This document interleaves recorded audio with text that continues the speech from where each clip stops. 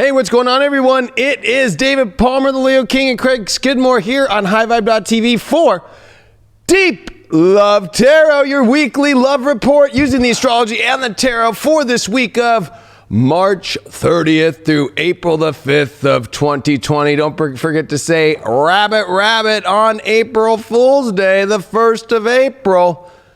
I know they're trying to get rid of April Fools because of the serious time in life right now. But I just want to tell people that we need to remember to have some love and some laughter. If you never watched the show before, we're here on HighVibe.tv, the awesome network that is growing hugely right now, that is all about bringing not only the information that is alternative to what's going out there right now, to give you what the universe is saying, what the spirit world is saying, what all the higher vibrational energy is saying, but we love having a good time too, and we love getting deep, and we love giving you the esoteric truths out there every day. Make sure that you subscribe today. Join us on HighVibe.tv. We do tons of exclusive content, daily videos, weekly videos. We have awesome people on there. We do especially exclusive shows that we can't do here on YT, because if we did, we probably wouldn't have a channel anymore. So you probably want to check it out. I was talking to you, Craig, right before we did the show about, did people forget about love during these times? I hope not. I hope not, because in times like these, all we need is a little bit of love in our life. And whether that's self-love that we project onto others, then we kind of just radiate and bring it in. Or whether that's someone else radiating that love onto us. Whatever it is, we just need to go out and grab that, live in that heart space, and be one with the universe, as the kids would say. We all have to go out there and grab that love. Which is actually, you don't even have to really go grab it as much as it's just own that love, be that love, experience that love. I am blown away, and I get it. We're in a confusing time right now to understand what's real and what's not real. But I don't know any ancient teaching, any ancient religion, any form of humanity and the collective itself that is afraid of love ever. And this is the first time I've ever seen it in my life. I think that the world has ever seen it before. And that scares me a little bit, because love conquers all. Love changes the world. And let's not forget about hope. I can't believe that I've been seeing lately all over the place this whole let's support non-hopeful things in the world. I get it. There's information out there and there's truth, but that doesn't mean that you still can't also bring hope with that truth. I just don't understand. I am in a paradoxical universe or something. But I've been saying this, and I said this to everybody on High Vibe. I was a huge Dolores Cannon follower for so many years in the beginnings of all of my awakenings. And when I started doing all the blogs before I did videos in 2012, by the week, next week's the 8-year anniversary of Horoscope every day. But anyway, she was so right about the splitting of Earth right now. That initiated in 2010, that got big, and you started to see the separation in 2012 that the Mayans call out, that even astrology, everything call out. And here we are at 2020, the full breakaway of a 5D, 3D Earth. And I want to remind people right now, on this week, and when it comes to love and when it comes to all aspects of your life, that the only way to stay on a 5D and the right split of Earth is to live in your 5D high dimensional, beautiful energy. And yes, understand the 3D world that's splitting away. And of course, you're not here to disrupt by breaking some sort of code about that stuff. But you have to go inside and listen to your inside and know that you are always able to forge the path of love in your life the way that you are, and not be afraid. This is a moment of being tremendously empowered with your heart, because what gets you in the lowest vibration, which then ends up in areas of what we're seeing probably around the world, is when you are not in your happiness, when you are not in your heart, when you are not in your love, when you are afraid of it, when you are afraid of people, when you're afraid of the world, when you're afraid of everything. What is there left to do as a human body? I don't want to do this no more. So let's not forget that, please. Please. Sorry, I'm just It's a good time to find some passions too. get to know yourself a little bit more. Like this beautiful painting behind me reminds me of like walking down, I've never been to France, but maybe walking down some cobblestone roads over there in France with the lights shimmering up above you. Ooh. So, right? A little something, a little pizzazz. Well, what I love about that one is the way that Kim does the turn. Right. Right? Like she's so good with so many things, but she knows how to add that's the trick. Like when we did mine, it's just straight lines, you know? Yeah. But the way that she's able to curve that thing, woo. There's nothing better than a little turn in life, you know what I mean? And that's what I feel right now. And that's even the Dolores Cannon picture of the splitting of the Earth that people made of the 5D and the 3D Earth thing model. And I don't, you know, I know I'm going to be jumping around a lot right now, but I'm going to say this. Venus this week is in the Pleiades, and this is where the Venus retrograde starts in May into June. And we haven't had Venus do this energy since 2012. And I'm excited as hell because it was May and June of 2012 that shifted the paradigms for the people's lives and waking up more than ever with this Palladian energy and Venus coming into this place. And we're going to see it with amazing trines. We're going to see it with the North Node, not the South Node like it was 8 years ago. So this is a huge moment. We got Venus on Algol, the star. We got Venus coming into Gemini and all these beautiful Palladian stars. I am so happy that the Palladian energy is coming literally in during these times. And this is why I want to say, like, do not forget about this. This is going to be the dark's greatest week with Jupiter and Pluto and with Mars and Saturn that are happening here on Monday night and Tuesday that are trying to scare the bejesus out of people to pull people into a 3D Earth and get people off of 5D Earth. And it's going to just be the biggest scare tactic of all time this week, ever. Do not let that make you afraid of love, happiness, and joy, and hope, and possibility. And I know that it's like, you know, the trickster does such a good job of tricking people right now into thinking that love and positivity and hope is not what's necessary in life. It's not that that's the only thing. Of course, it's about contrast in life too. But to say it's only supposed to be non-hopeful, and I'm going to be honest, I can't even believe the mayor of LA is literally telling people to not have hope. Like literally saying that. In a city that is about bringing hope through making movies and entertainment and all these things, blows my mind. It just blows my mind. But we are seeing one of the most amazing elements happening. And you can see it at night when the sun comes down after sunset. You can see Venus and you've been able to see the moon. It's been beautiful. And I just don't want people to forget about that, especially this week, because the dark's going to try its hardest right now to lock people into a fear-based system harder than ever, to pull people like, you're getting off all that work you did for 10 years about coming on to the 5D world. No, we don't want you on there. That's the truth. What do you feel about that, Craig? I'd like to get Craig's opinion on this one. I agree fully. I agree with everything that you said. I think that in times like this, we need hope. We need to be able to find that love within ourselves and see the love and the beauty that everyone else is putting onto the world in times that we're kind of scared and lost and, you know, not really sure as to what the future is holding. You know, just tap into yourself. Don't give up on yourself. Don't give up on your friends, your family, your loved ones, because we're all in this together and we're going to get this together and we're going to progress forward. So that's it. Just stick to the love within yourself and just roll with it. I want to get your opinion, though. I don't know if you ever knew about Dolores Cannon, and she had a channeling, because I don't want to say it's a theory as much as she channeled that, especially in 2010 through 2020, was going to be the splitting, that Earth was going to go through a paradigm split, that people would either kind of stay in the way that it's always gone, and if there's a lot to it, so I'm kind of cliff noting you on it. But basically, long story short, is that the Earth started to split, and especially 2012 was the initial split. You know what? I can actually show you on a picture if you want, which you can use just where we do the cards right here. And I got it right here.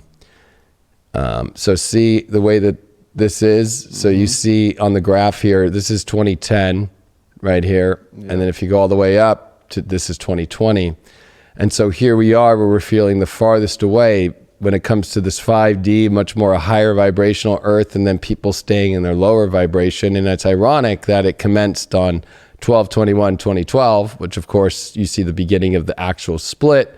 And here we are in 2020, 8 years later, this December 21st, 2020, when you're gonna see the most amazing Jupiter-Saturn conjunction in Aquarius, the age of Aquarius, on exactly 8 years to that day. So what do you feel about that when you see that image? And I feel that we are all on this earth and on this dimension together. I don't think that there is any sort of physical shift or shift in like a consciousness of awareness. I do believe that people are waking up, and maybe that is the kind of turning, and people are fading away as those that aren't progressing forward or maybe leaning more to the left. Those that are, progressing forward are going more to the right. So I don't think that it's an actual shift within the dimensions. I think that we are all on this plane together to learn together, to survive together, or to fail together. I have a better question for you. What's up? When you see that picture again, do you notice that the 5D one goes to the right and the 3D one goes to the left? I did not. Does that mean that the right is more of going on the right side and the left is going in the left side? No, I think it's just there's no wrong paths. We were talking about it earlier. We can want to change as many people as we want, but it's their own trip at the end of the day. So whether that is if you're on the left or on the right of the consciousness, that is your consciousness and that is your existence, and it's beautiful regardless. I love the beautiful simplicity and staying in that space, because as being the Leo King, sometimes of course I bring these magical, intense, channelistic stories to it all. And I know Dolores Cannon did. Dolores Cannon also is the one who believed and channeled the 3 waves of generations that were going to be here. So the first wave were the ones that were the way showers, but they kind of really didn't want to be here, which would be a lot of the people who started like in the 60s and the 70s and the 80s, all these spiritual notions, Woodstock, all this stuff. And then the second wave is like you and I, like it's more about just holding that energy of positivity and proving to people through being in a positive space and owning the things that we're doing that it's possible. And the third wave are these younger kids and these teens right now that just know these crazy things that just make us seem like, I don't know if you feel this way, Craig, but I could go talk to like a 7-year-old right now and be like, I did not even come close to that till maybe I was 15 or 16 sometimes. Definitely. Right? Definitely. I think there's the duality though. I think there's a lot of the younger generation though that is, you're either in it or you're not. With that young generation, I don't think like there's like a middle ground as to where with our generation there's kind of a middle ground of like the acknowledgement of self almost. I love it. Yeah. Anyway, I wanted to bring that up to people because I had this talk with Craig before we went live tonight. I was like, I cannot believe how much people are afraid of love. People are afraid of connection. People are so afraid of it right now. And that's the dark's greatest trick of all time. It's interesting, and I don't even, that's the thing is we can't say the things that we really want to fully say on YT. It sucks. But let's just kind of take a separate notion of like, when you're in a relationship, right? Yeah. And let's say your partner gets a cold. Do you like avoid them? No, because if it's your partner, I mean, that's an agreement of the soul. You're in it together. So if that person's going down, then you're going to be there to try to support them. And in that same situation, when you're down, they're going to hopefully be there to support you. It's a give and take always when it comes to relationships. Now, if I'm not necessarily close to the individual and it's just some random person, I'm probably not going to go up and give them a hug. So that's for sure. This is some vulnerability on the highest level. It was years ago too. I don't even, it might have been 5 years ago now. Yeah. There was this girl I went on a date with and I liked her, and she had a really bad cold. And I'm like, you know what? I don't care. I like her. We had a great time hanging out like days before that. And then we finally kind of knew like we should hang out, see if there's something more. And I went down there and she had a really bad cold, and I went down there and of course we made out, did all that kind of stuff. And, I did get a little sick, but I don't know if I was already kind of before that. Cause I remember even before I saw her, I was kind of like, am I getting a little bit of a scratchy throat here?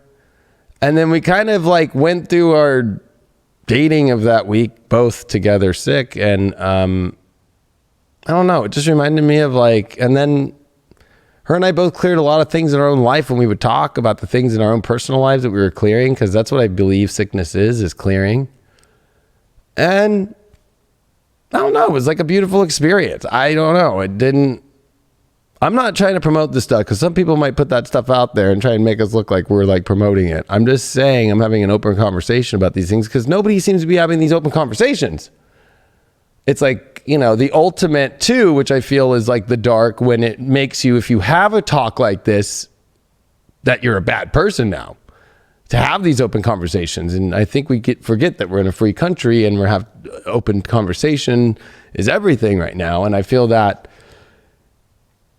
it just blows our mind because, what's interesting is here on the Leo King YouTube, right? Like this show did 1 million views a month ago on just one show. And now we thought it was maybe the algorithm, or maybe it was, we checked with a lot of things. It wasn't any of it. Just nobody is checking in on love right now. Everybody's more checking in all the videos right now of the predictions of the plague that I had 3 years ago, the financial crisis I predicted 3 years ago. A lot of astrologers predicted some of this stuff too, but just those videos are out of nowhere. They only had like 20,000 views. They're like hundreds of thousands of views now. That's all that people are watching right now. So it makes me wonder. I'm like, wow. So people just dropped love completely. Like, nope, love's not possible. Nope, like I can't, like just completely push that away. And I want to know about why we're going through craziness, and if I'm going to go through, when's this going to be over, and dies and deaths and all. And it's just like, wow, people become obsessed with the things that, there's a credit to that. I get it. There's nothing but empathy and understanding. But at the same token, it's like, balance. Like, so if you're going to go there, I hope that you're going on the other far extreme of love and happiness and having a good time, right? I don't know. I just feel like if you're going to go there, you might as well also go here too. Or am I just talking to myself like I'm a crazy motherfucker now? I just kind of feel like maybe I've lost it. Maybe I think maybe the world doesn't want love anymore. Maybe the world is afraid of love forever. The world's just going to be afraid of love. There was this funny thing, and I'm just going to be honest with everybody because it's so funny. My buddy sent me this picture, and I just got it just literally like right before we went live. And I don't know if we can show this thing. But if I turn my screen really low, I might be able to. Let's see. Anyway, it's a test, a drug test. And it's funny because it says like, cocaine positive, opiates positive, benzodiazepines positive, cannabis 10 positive, COVID-19 negative, and it's circled. And it's almost like people today would rather see that, but they'd be down with all the other shit. This is what I was telling Craig, and I would never ever say this, but I'm just going to say this because that's exactly where it is with love. Like, people are going to want that. But like, oh, you did coke? Whatever, I don't care. Like, as long as you don't have that COVID, like, you know what I mean? Like, oh, what? You did heroin this week too? And you fucking smoked some meth? And you did some E? And you fucking are this? Oh, as long as COVID's not there, we're cool. It's just like, that's all guys need on Tinder now, right? It's like, fucking, I got a test for this, right? But the old way is like, but you got to remember STD checks and stuff. People are more concerned about COVID, but like, oh, if you have AIDS, or if you have herpes, or if you have chlamydia, or you have syphilis, or you have any of that shit right now, nobody's thinking about that. It's like, do you have COVID? I know that I'm not trying to make jokes of it, but I am trying to bring some lighthearted energy to this thing because it's just like blowing my fucking mind right now.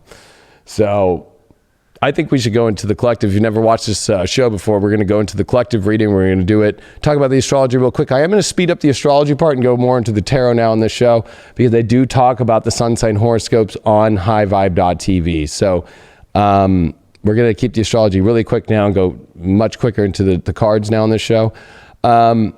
And then we go into your 12 signs, of course, by picking through the High Vibe Red Cup, which has all different 12 zodiac signs in here. How do you feel? Are you ready for this week? Oh, I'm ready. I'm ready to get rolling. Step out of the fears. Well, I feel like for love, right before I go to this collective reading now, it's like, you know, people expect, or women will accept a guy that smokes or vapes more than ever just because as long as they don't have COVID. All right. Let's stay away from the COVID now. No, I think it's important. It's important, but it doesn't have anything to do with what right now. I mean, it has everything to do with this whole love scenario, my friend. It is. Has everything. The elephant in the room is COVID. I know, and the elephant's walking around. Everyone can see it. The elephant in the room for everybody's life right now is COVID, and nobody wants to talk about the fucking elephant except for what we hear on the mainstream media. Nobody wants to give these other alternative views of how it's affecting people in their real personal lives besides work and health. But what about love? What about relationships? What about dating? What about all these other things? And people are just like, well, there's no, fuck that. There was even an article that said, if you are in a relationship, but you don't live together, don't see each other till this whole thing's over. I was like, wow. I don't know. I got to look at the chat just to make sure that people are fucking with me on there. You know what I mean? Like, gee, many Christmas. You know what I mean? So, here we go.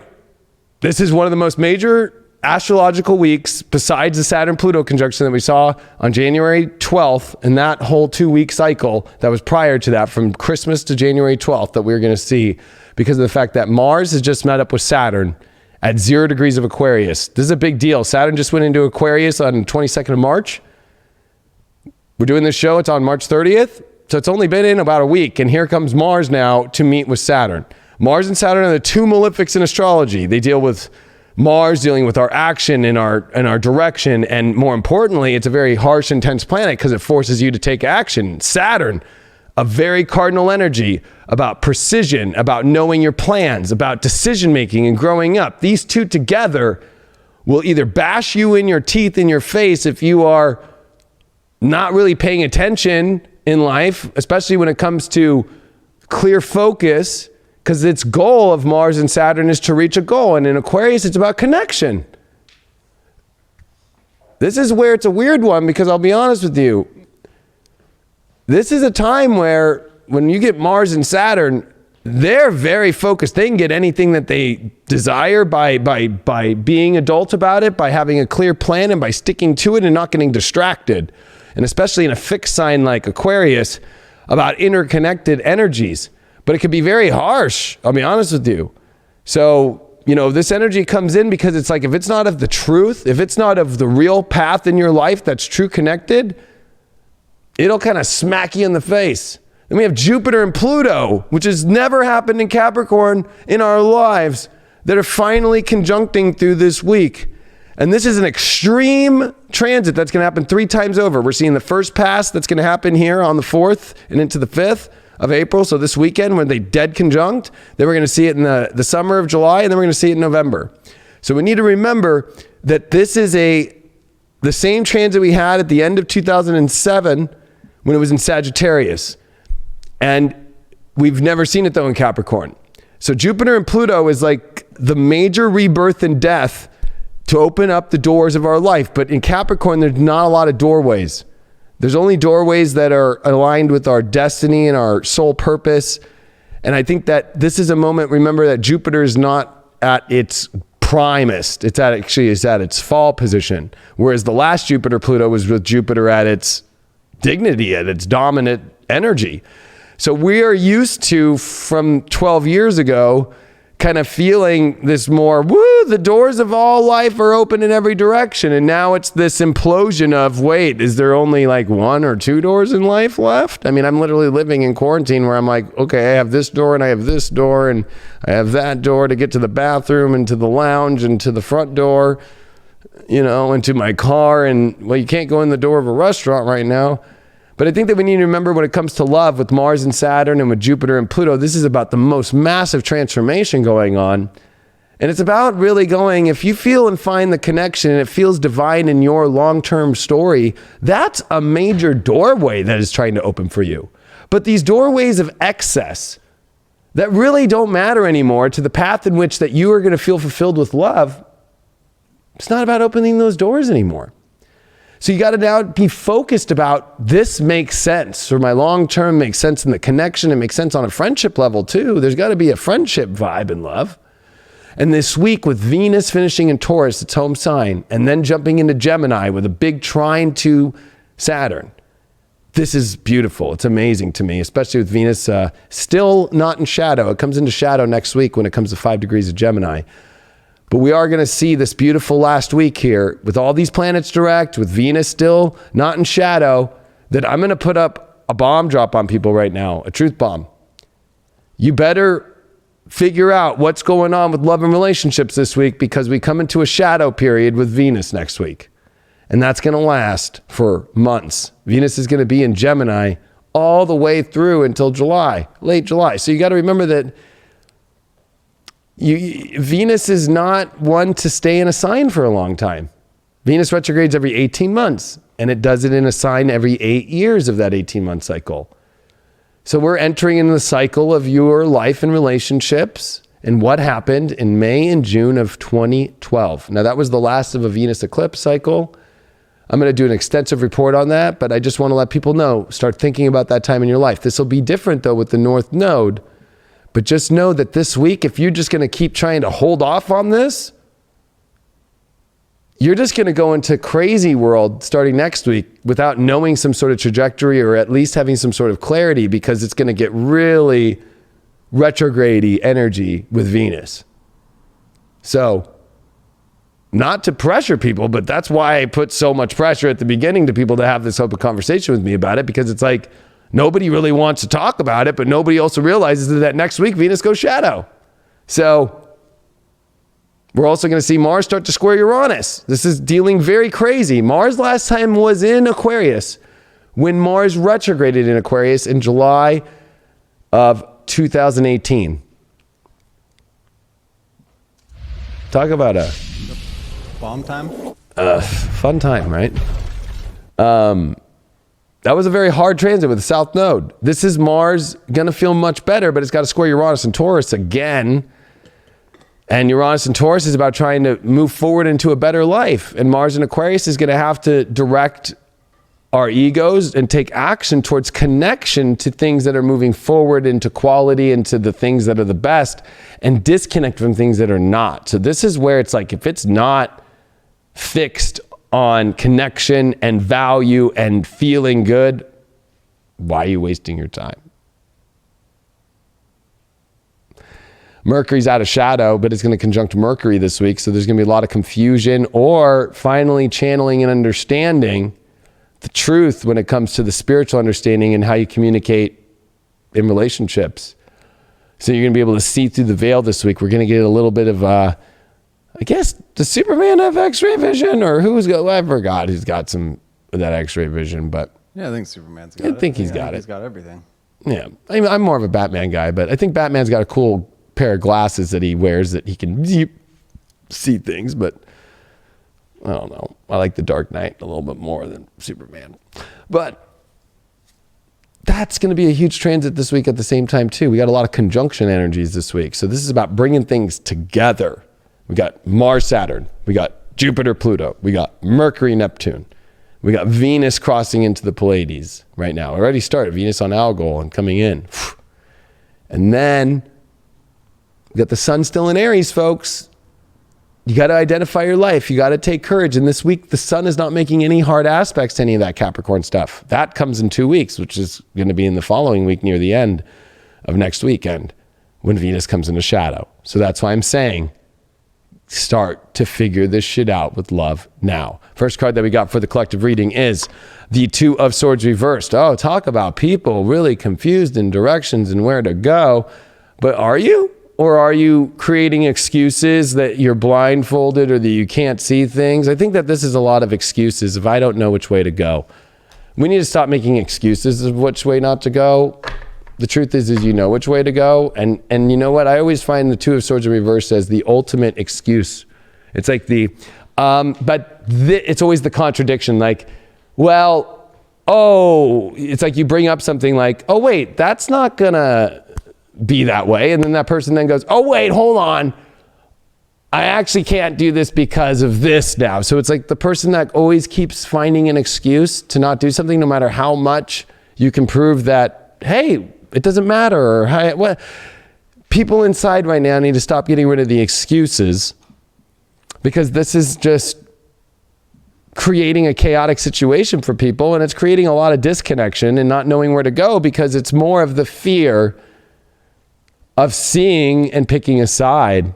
So we create excuses to not even know, but we hold ourselves. So there's a lot of holding the heart back this week. The challenge card that we got is the knowledge card. So you know what it is like you don't think that you know everything, or you feel like you need to know more information. And I think that that's part of the problem, though. The challenge is like nobody truly knows logically. We are in a time with Mercury and Pisces, remember. It's not like it's the best planet to be in Pisces. It's the worst planet. So our minds are off, and Jupiter's actually in its worst. So you have to remember that the two planets that deal with our lower and higher mind. I did it opposite, lower, higher mind. Up is down and down up is down. That's how it feels. But with Jupiter and Capricorn at fall and Mercury and Pisces at fall, guess what? They're at the worst places. So our minds are not clear at all. So if you're going to start basing this off logic and start off basing it off knowledge of knowing, nobody knows. Why do you think in the collective reading we pulled the Two of Swords reversed? Like, nobody fucking knows. There's just too much. This is just crazy.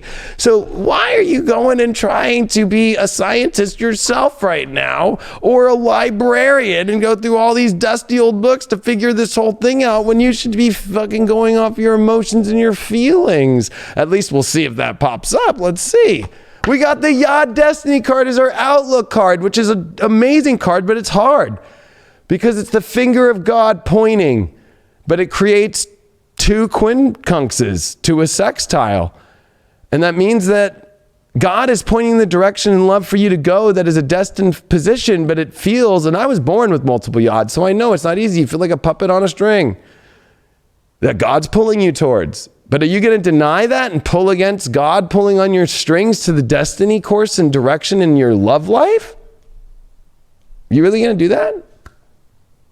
Because the outcome here is the ultimate destiny. I think that once you get over excuses and you get over these challenging aspects of thinking that you have to know everything and know all these things, come on, let's be honest. True knowledge is through experience, and true knowledge and true understanding is through feeling and knowing and intuition and calling of the heart. Our spiritual advice to get through that issue there is the Ten of Pentacles reversed. We all don't know what the ultimate foundation is in our life at this moment, or we feel like our foundations, or we feel like the ultimate safe place in life that we're going to create the most abundance is unknown. So why are you trying to figure out if you haven't stepped into the place of building something that is known at all? So you're trying to figure out something before even knowing the experience. You're trying to find or know about a place, if it's safe in life, emotionally in relationships, or if it's got some sort of foundation, without even seeking the true knowledge, which is experience or seeing. So it's also almost like somebody who's like building their home in their head, but never is going to actually physically do it. And so the spiritual advice is to maybe for 1 second here, realize that you're expecting a physical thing in a non-physical way. How's that going to ever work? Why did we get that Two of Swords in reverse? I didn't shuffle these, actually.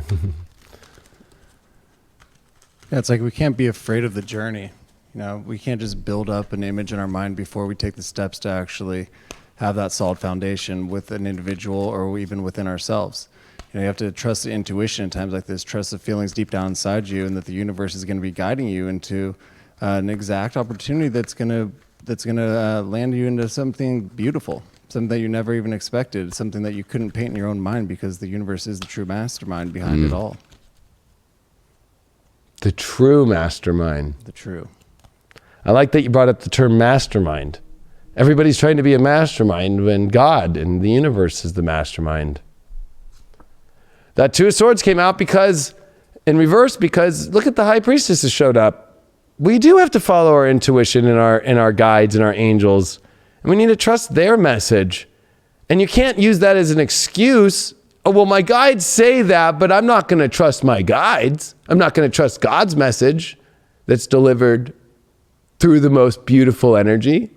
Come on. Come on. Come on. Let me hear one person in the spiritual community be like, well, I don't trust my guides right now. I don't trust God's message. I don't trust God's dreams I'm getting right now. I don't trust God's pull towards things right now. God, that sounds like the dark, doesn't it? Look at that Destiny Odd card we got. People don't feel that they're able to access destiny right now, but the church is right there. They're walking away from it. So you're walking away from your destinies right now. Ooh, that's some truth shit. Woo!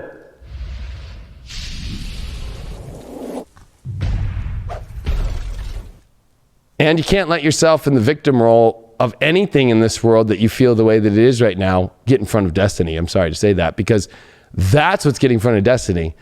Not this outer world and how we're told to be and all this kind of stuff. The truth of it all is that the victimization of accepting that is the block deep within yourself and your destiny right now. For our Astro Dice, we got Jupiter in the 8th house of Aquarius. Wow. Talk about all this Aquarian energy right now. Jupiter in the 8th is about exploring the true depths of connection in Aquarius, and we got to open up our true energies. This is also very sexual energy, but it's our depth, it's our connection, it's our intimate, true emotional depth, and it's about finding the ultimate passionate connections, especially in Aquarius, right? So Jupiter's asking for us to go deep and go deeper into the lower energies, into the sacral energies, and to find the connection in life that pulls us in. Because I think that we're way too much up in the head. I think that we're way too much in trying to figure it all out, that we need to ground and we need to feel and we need to come deeper into the connection right now and explore the depths of the yearning, the butterflies, all the things that come with the 8th house. Yeah, we have to merge right now, kind of like the heart, the mind, the soul, the grounding that you're speaking of right now. Find the passions within yourself. Kind of focus on what you can control in your life. So right now you can control on your thoughts. You know, if you start to have a negative thought come up, wash that shit out. Wash that Go shit in a new direction. You know, you can control how you react to certain situations. You can't control how an individual is going to react to you. So focus inward in these times and start building on it. And then let the universe bring it all into you once you're ready and once you actually know what you want and who you are. Boom. Boom, boom, baby. Boom. Excellent closing on that collective reading there, Craig. Hey, well, thank you. Excellent close. We got you're the mastermind tonight, brother. Mr. King. Mr. what? Clean? Mr. King. Oh, Mr. King? I don't know if I can pull Mr. Clean off yet. I mean, I haven't buzzed my head all the way and actually shaved it. I don't think I ever will unless I go bald. We could have Jen bring a straight edge out there and just kind of bring you down. Oh. I got my own side first, Leo. Oh, look at you. Are you a happy boy? You know what? I don't know if ever Leo comes first, so fuck yeah. I'm I'll be honest, a little nervous though. Like, woo, Mars and Saturn in the relationship house. Holy shit. Leos have never seen that before, fucking since like the early 90s. And I'll be honest with you, I think my first crush came with Mars and Saturn in Aquarius in first grade, you know? Yeah. It was she was wearing a poodle dress. What sign was your first girlfriend? Well, she wasn't even a girlfriend. I just had a crush, and she had a crush on me. That's cute. Did Yeah. you write her a note that said, I heart you? Do you heart me? Yes? No? I think her and I just kind of like both knew, and You just watched her from afar? no, like her and I talked like years later about it too. But we never did date or we never did anything like that. But it was just kind of like, it just made sense, you know? You know how it just makes sense in like first grade? Like, you know what I mean? Like, it just makes sense. Like, you're just like, that's the girl and that's the guy. Like, that's the way it is. Like, those two and that two. And like, you know, just as like, I feel like when we're kids in elementary school, just like, that's it. That's just it right there. That's just boom. You know, like she would watch me like on the swings and basic shit like that. Yeah. I don't know. I think there was a little handball in there too, watching me do a little slicey, but I think that was more later. The third grade girl I had a crush on would watch me fucking slicey. I had kindergarten to 6th grade with a Scorpio. Yeah, I know you had a girlfriend in elementary school. I did. We were in love.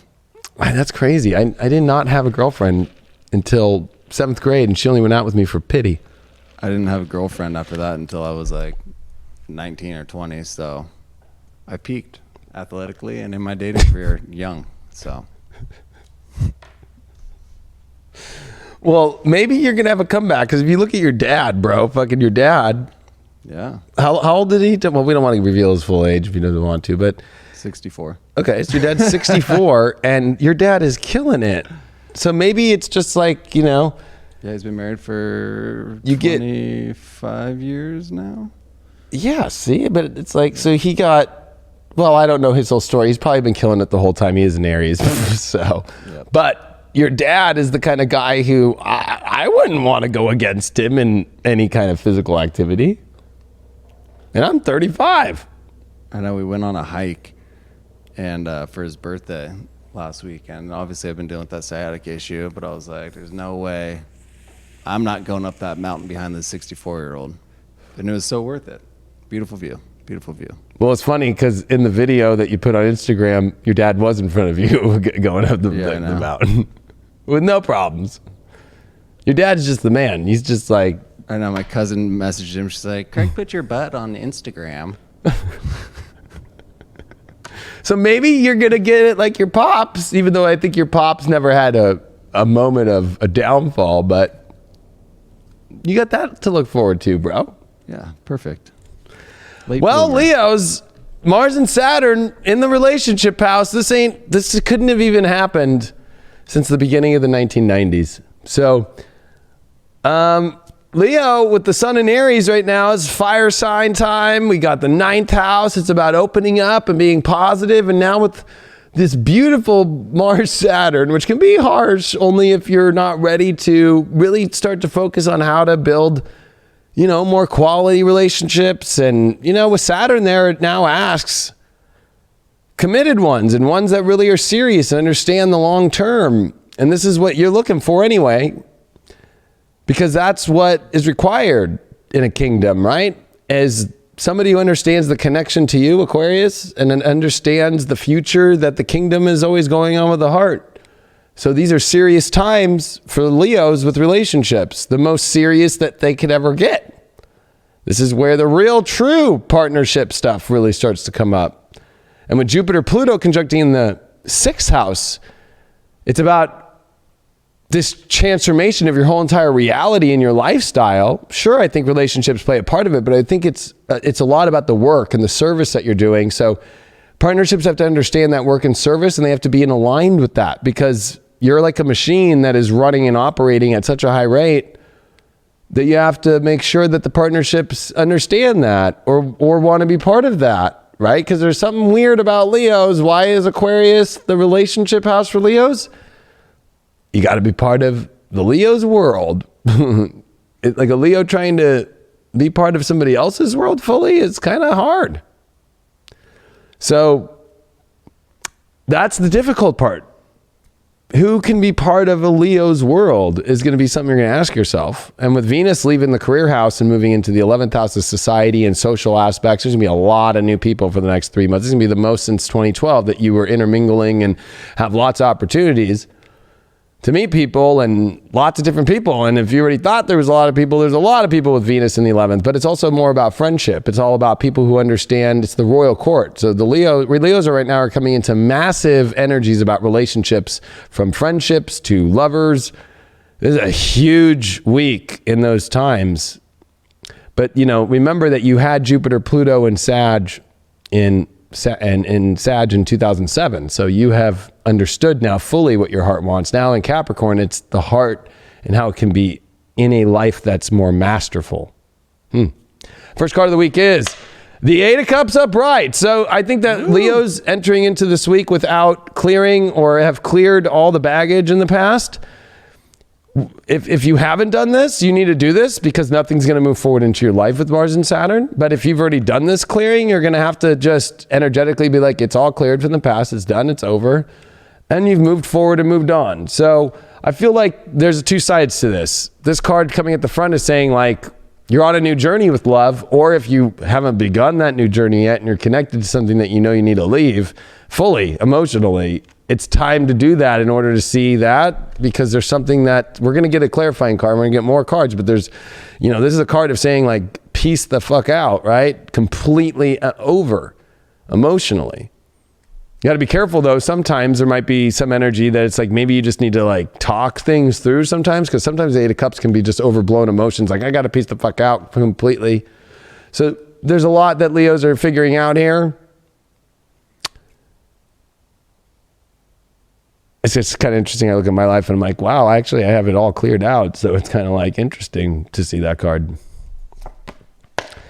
Look at that. The air card as the challenge. So the challenge is trying to get too lost and trying to figure it all out mentally right now. Whether that's communication or how communication is, or how is there going to be the way that a relationship will work in the mental field, all the way to how does it fit all the puzzle pieces, even though that's part of the astrology. Maybe you don't need to put so much attention into your head about this thing and be too focused on it. But air is a movement energy. But again, with this challenge position, it's only going to move energy, I think, on a more challenging level, meaning you're not going to see as much movement, because it's only going to be the movement of things that really make sense in your world, so you don't feel like you're bringing in energy into the new journey that you're at in your love life that is going to waste your time. Look at that. We got the spiritual advice is the mind card, which is ironic in Mercury, but it's about environment. Mercury is in Pisces, the 8th house. What do you know that you really, truly want, connection-wise, spiritually, sexually, emotionally? Because Mercury is in the 8th house of sex and trust and intimacy and depths. If somebody you feel like is lying to you, or can't be honest, or can't be fully transparent, or can't be fully open energetically, this overall card, I think, is the problem, is with the challenge being air. If you're trying to figure out people that you're questioning whether you should be in or out all the way, and you don't feel like there's an openness fully and a full connection that wants to be had from the external, since the 8th house has to deal with an energy that comes into you, that's the challenge. Because you're going to be stuck, because it doesn't make sense. It doesn't connect, especially the air card is pointed up, which I love. And it's like, how is anything going to go up into the air of love if you're worried about somebody that you're questioning whether you should stay fully in with, and if they're ready to connect fully or not? Like, why waste your time? Why waste all your energy in your head about that? And the spiritual advice card, guys, is 2 of Wands reversed. So I think a lot of this is, you might not know how this new world's going to look right now.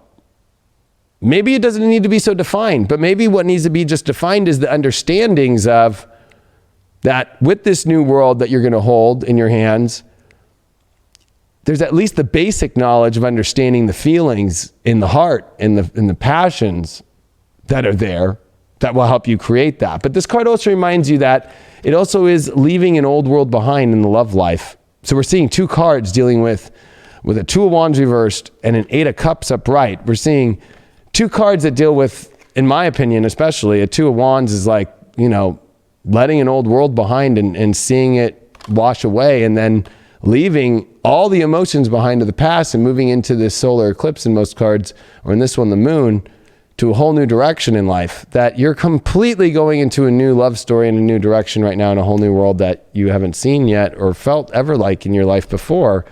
And look at this, the Six of Wands came up with that Eight of Cups. This is you definitely going on a completely new journey to another side. It's almost like, you know, there's people that are stuck in certain countries right now or anything, but it would be like, this is like safe travel. It's like Huckleberry Finn shows up and is like, get on my raft, and you just like get sent to the next part of the story.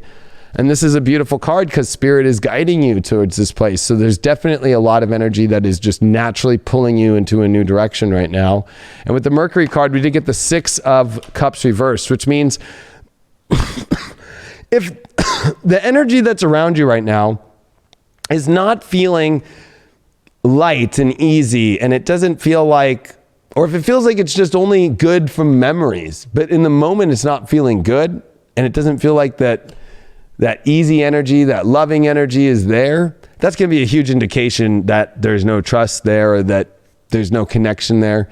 You know, if somebody can't also bring out just the easiness of themselves, right? They're like uneasy, because this card has to deal with being so easy and transparent and just in an easy space of connecting emotionally and being in good memories to create good memories. We only create good memories usually when we're in just an easy space and we're just naturally in ourself. But I think that your big trigger this week, Leo, is to focus on, if somebody is not able to be within ease in themselves, if they're not able to truly connect fully, if they're not willing to be in that space, that's a very clear indication that you're wasting your time. Leo popped up, Pluto in the 10th house. Holy shit. So talk about making big decisions. Leo in the 10th house is definitely shining bright this week, but with Pluto, that's just a more undercover and hidden element and a transformation. You need to make decisions about your heart and about who you are and who understands your long-term goals. And it's time to end the energy that is not in alignment with your heart and your goals anymore. Like, if it only connect with those that want to be part of that want to integrate with you into that, because that's all that matters. So this is all about being a little bit, you know, not cold. 10th house can be cold and Pluto can be harsh, but Leo is not. So it's like this is where you own your kingdom and your queendom, Leo, about making big choices, being the adult and saying, is there a full connection there or not? And if there's not, it's okay, but this is the kingdom I'm going on, or the queendom I'm going on. Yeah, I think we need to acknowledge the journey that we've been on. You know, we need to... we need to know what we've been through and actually be real with ourselves as to what energies we want to carry on with us and what energies that we can kind of let fade away that aren't needed anymore. Who are you going to surround yourself with going forward? Who are you going to allow to be in that inner circle with you? It's really important. It's really important who you're going to focus your energy, you're going to focus your love, and let appreciate you. Because at the end of the day, you have to allow someone to appreciate you, and that person needs to be extremely special to reside in your heart space. So don't sell yourself short. Don't give up. Keep pushing forward. But, somewhat be picky too. Don't be a pushover. Boom. And we're off. Should we do this 1K collective reading? Yes, we're going to do we are there, huh? What do we got? 1.5 thousand people. So, for the 1,500 people in here, this is where we do the 1K collective. I want you to envision a person that you want to get an answer to right now. But this person you have to be talking to, or literally have met in person, or at least be, flirting with in some sort of way. I don't want people creeping on people that they don't even know that you like them. So we don't like to use that energy in that way. Especially when there's motorcycles going around right now. So, that would be you energetically if it was somebody that you didn't know. I don't know those motorcycles. Think about that. So I want you to envision this person, and I'm going to help you understand what is going on with the love story with you and this person, or where it could be going, or what the faults are, or where it's going to go. And as always, let's see all those signs in the chat. Let's see them all. Put them all up there. I'm even going to put mine right now, baby. Yep. Leo! Scorpio here, baby. What we all got? Let's see some Leo. Where's all my Leos in the house? I need the tribe. Where's my Leo tribe up in here? Where's all of my lions at? Where's all my cats at? Where's all my tigers and my lions and all my anything feline? I'm putting a bunch of cats, I'm putting a bunch of tigers, I'm putting a bunch of, you know what? Foxes aren't felines, man. But I just put a bunch of cats and lions. There we go. Now it's flowing. Not flowing, baby. Flowing. All right. So that first card that we got for this 1K collective love reading is for this person, the Emperor card. This person needs either, wow, really strong energy with this person, or you feel empowered by this person, or this person's a very empowered person. They know where they're going in their life, or you feel that you know where they're going. Do they know that? You need to let them know that if this is a situation where you feel that you are knowing what you want out of this thing. But you could be looking at this as like this person knows what they want in their life, or they're very in a position where they know what they're doing and they're very stable and confident. And so you have to match that confidence. So if there's an issue with this, it's a confidence issue within yourself. If there's a confidence issue with them, well, maybe you need to talk about it with them and see if they even can carry that. And if they can't carry that, are you really going to try and be in that relationship with somebody unconfident if you're confident? The challenge card we got is the grounded card. So definitely this is a not knowing where this thing's at or anchored at all, right? Like it's very wishy-washy right now, but I think there's a lot of confidence in trying to identify what this thing is right now. So this is a relationship that you're focused on where, you know, there's no real true grounding, no understanding where it's looked at. It almost feels like a ship that has no anchor to it right now, and it's kind of floating. And is it going to hit the barges? Is it going to hit the sand? But I think a lot of this is like, at least there's the Emperor here that knows that this person and you at least are going to make some sort of call. You're not going to let this thing crash into the rocks. You got the Uranus card as the overall. This means, you know, you need to understand all the pieces together and see if both of you can connect on that level as people first before just looking at it as love, and understand if it wants to go to the next level after that. You have to look at Uranus is always about these levels when it comes to relationships in general. That we understand each other as we're two humans in the collective? Do we understand that we're two humans that like the same things? Do we really like each other as friends? Do we both think each other are cute? Do we both want to kiss each other? Like, that's how Uranus takes us up the tiers. So I think the overall level is, in this relationship, it might be defined as there's confidence, or that you have it or they have it or whatever. It's ungrounded because you haven't started to understand the tiers yet and get to the tier you want. Maybe you have forgot about the tiers below the tier you want to go. Maybe you're just going straight for second base. It's like, hello, you got to go to first base first. And before first base, you got to do this. You got to do this. You got to do this. You know what I mean? Maybe there's a little bit of jumping of the gun there. The Emperor likes to jump the gun to get there what he wants, but when he gets there, he's satisfied.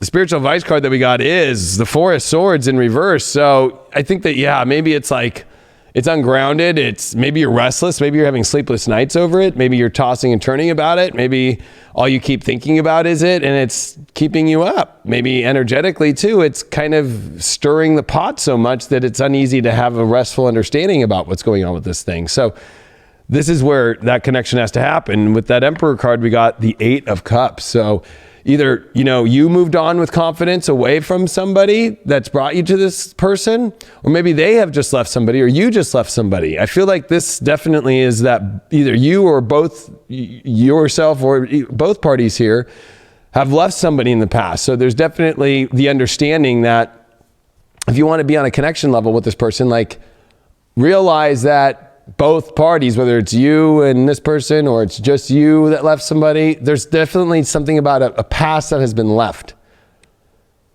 But if this is about an ex, I would say no bueno. Just going to say that. It's definitely new love. New love, yes. And especially with the victory on the Uranus card of forward movement, new. Uranus is about new.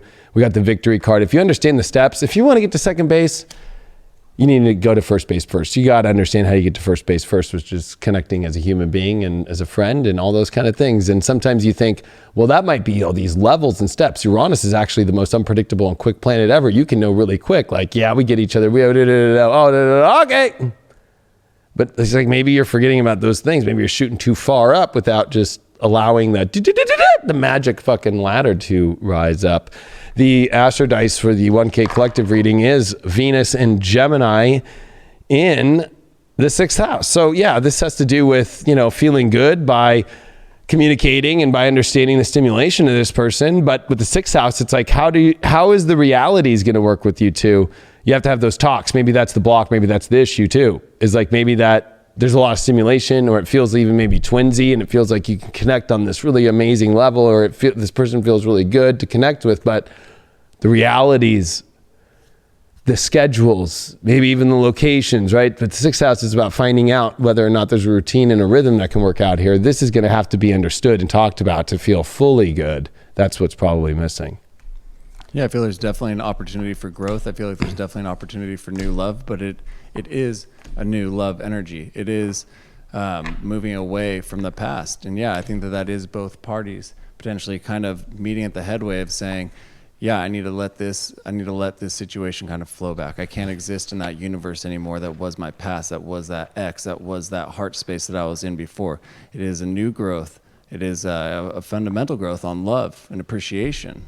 But there does have to be that communication to make sure that you guys are on that same path, to make sure that you guys are heading in that same direction. But it is there, I feel, definitely. Boom. I feel that you bring up a good point about helping people understand, like, hey, I left something in the past, even if it doesn't mean immediately, right? Could have been a year ago, could have been 2 months ago. There's no time to it. Yeah, there's no timeline on healing. There's no timeline on that. But it's like if people know and understand, because I think that too many people, and I've heard girls say this a lot. I don't really hear guys. I don't know. You know what? There's some bitchy guys out there. But, there's that whole notion of like, well, they've only been broken up for 2 weeks, or they've only been broken up for 9 months, or they've only been broken up for 4 years, or, like there's all these timeline stuff. It's like, who's writing the book on this shit? I really want to know who wrote the book on timelines and love and relationship. I think that it's about communication and understanding one another and feeling and then understanding. And you can know if somebody's really there by just talking to them. But I feel that people get so caught up in all these book law. I want to know who wrote the book on this shit. Please. Probably someone. Somebody send it to the High Vibe TV headquarters, please, to the studios. It's probably somebody that never experienced love or heartbreak. Was that the author? Just some psychiatrist, sappy ass, horrible love story person? No, it was probably someone that never experienced it. So they're just like, oh yeah, you should be over it in this amount of time. The brain sheds and works this fast, and you should be able to get over it like this. No. That's not how it happens. It's a growth. It's a growing experience every single day, transforming.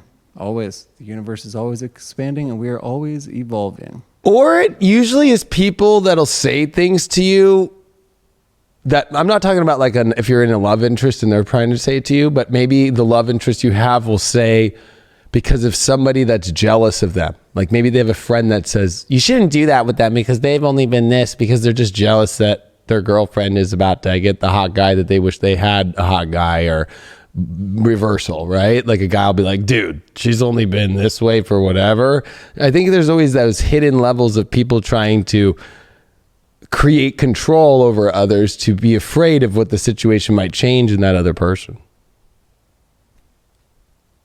Parents do it too. Bosses do it. Coworkers do it. Nobody gets away with it.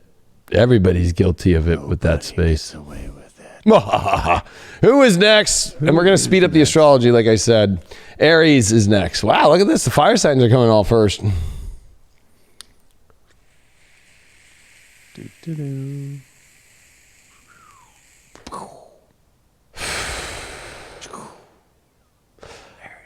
My Aries, happy fucking birthday. Woo! Get on those warrior energy. Beep!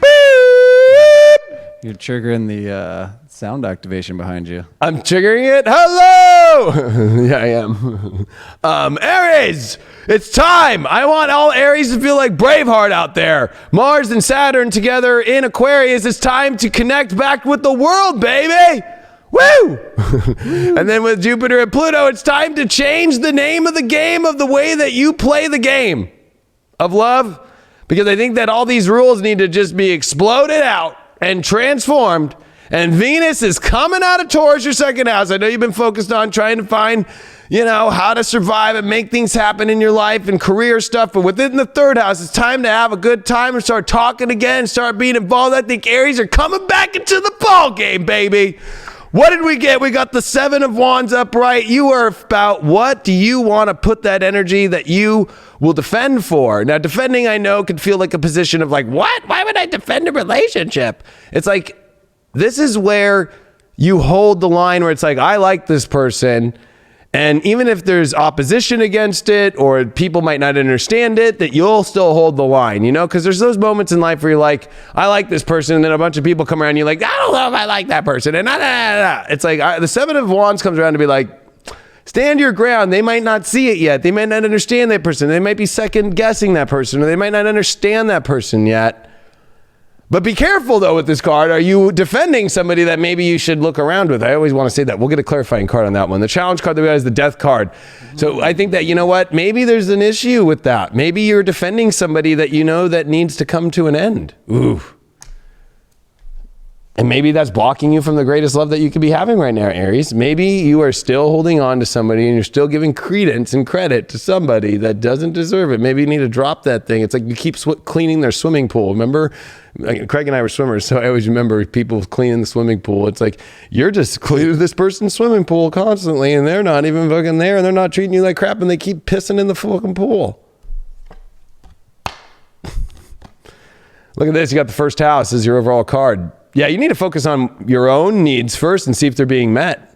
Now, they say the body in this card because it definitely represents the kind of more mask or the identification, and also the rising sign definitely in astrology. The first house deals with the physical attribute of whether you're going to be okay with your body and your health and so forth, your stamina, your vitality. So you need to be in that ultimate vitality right now of yourself in order to attract the great love that you want in your life. And if you're defending or fighting for somebody and that vitality is not there, you need to be careful, because to see the death card come after that card in the challenge position, I would say that, yeah, the challenge is that you're afraid to end something that you've been fighting for. But again, this first house does show up with the body that maybe you're like, well, hold on, this is what gives me my life. We're about to find out right now if it really does. Well, looks like it might do. That 10 of cups up there might be this most beautiful situation that you dream of. It's a great card. Maybe you're really fighting for something really hard because you keep seeing the greatness in it. You know what's funny is I forgot to pull the challenge card, spiritual advice. Let's see what that is. The Lover's card reversed. I think seeing this. Right, does that change your view? That changes it. That one, big time, huh? Big time. And it was interesting because it was almost like it was the spirit was getting Aries excited about somebody from the past that they keep fighting for, that they think is just the most amazing thing, when this is a Lover's reversed over the death card. Like, I feel like it's like the spiritual advice is to get over that past thing you're fighting for, because why would you be fighting for the ultimate beauty? I know you're a fighter, Aries. But at the end of the day, the 10 of Cups is about a union that has children, and it's a happy place.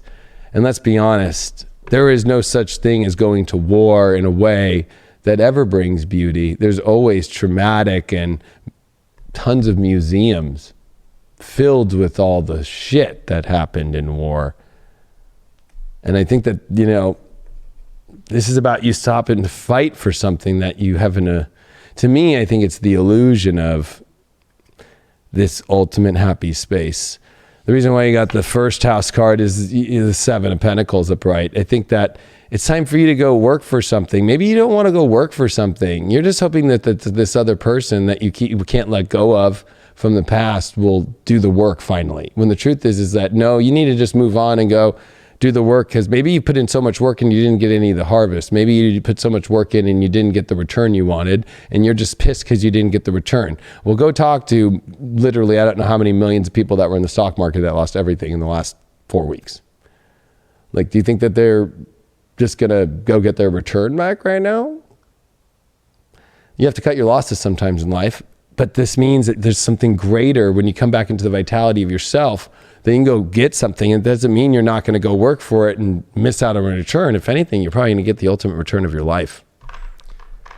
Aries, you pulled the sun in the third house of Pisces. So this is, yeah, definitely when it comes to the head and the mind, needing to get through the subconscious issues that are going on there. And more importantly enough, I think that this is you, really needing to start to communicate, through these subconscious things and understand your subconscious traps. But it also is at the same time, like, get your head out of the past. Get your mind out of the past.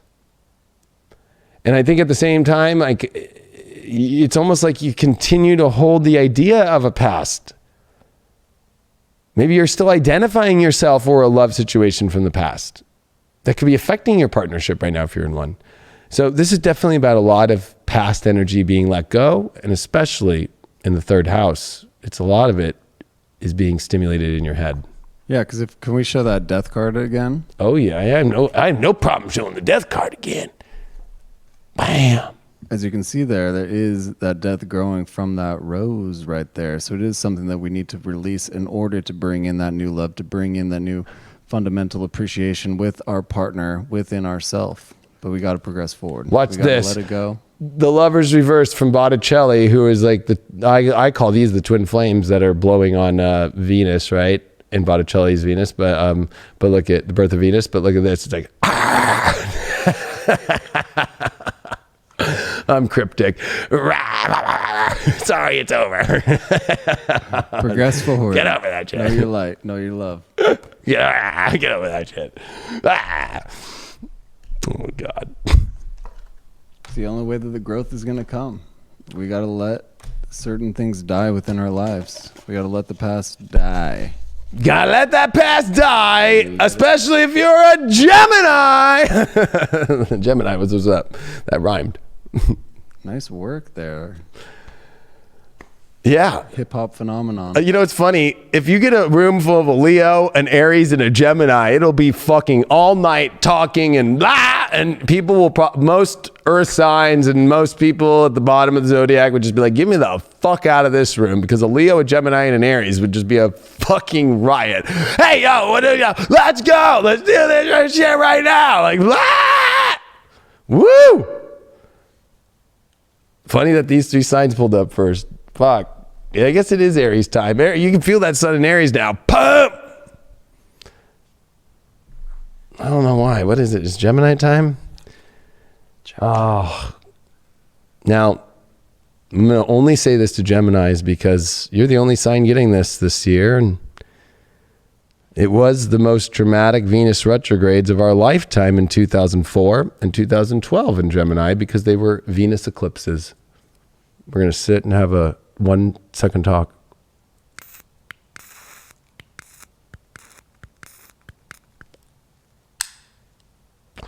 Venus comes into your sign this week, Gemini. This is the last week that it'll be here before it comes shadow. And you need to really think, because with Venus that's been in Taurus in your 12th house with Uranus here, you've never had a Venus come into your sign that's going to go retrograde. That's not coming retrograde this week or anything like that. It's coming on May 13th. But we're very close to that date. We're about a month away. But Venus is about to enter shadow here next week. So you need to really start to think about the illusions that you've created with relationships. Because with Venus in the 12th house here, that's coming into the first house.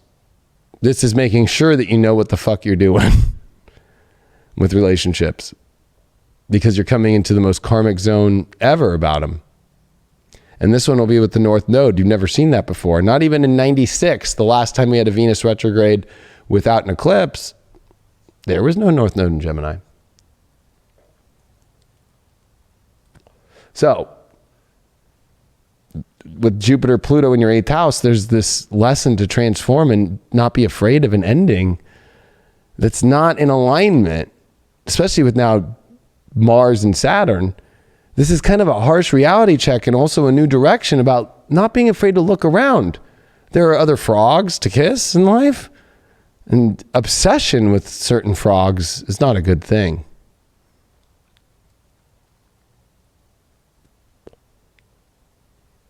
and with Mercury and Neptune, your long-term path, your goals, are these people's environments conducive to the environment that's going to create the ultimate path of what you're doing? Especially if you're in spirituality and somebody doesn't believe in spirituality, like, you think that's a conducive environment?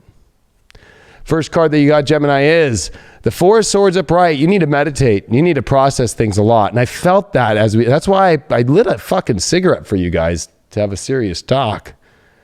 You know, the Four of Swords definitely is about appreciation of life, but it's also the major appreciation of death too. And I think that you need to meditate on things and process things very heavily this week about the choices that you're making about relationships before you enter into this very karmic zone, which is extreme.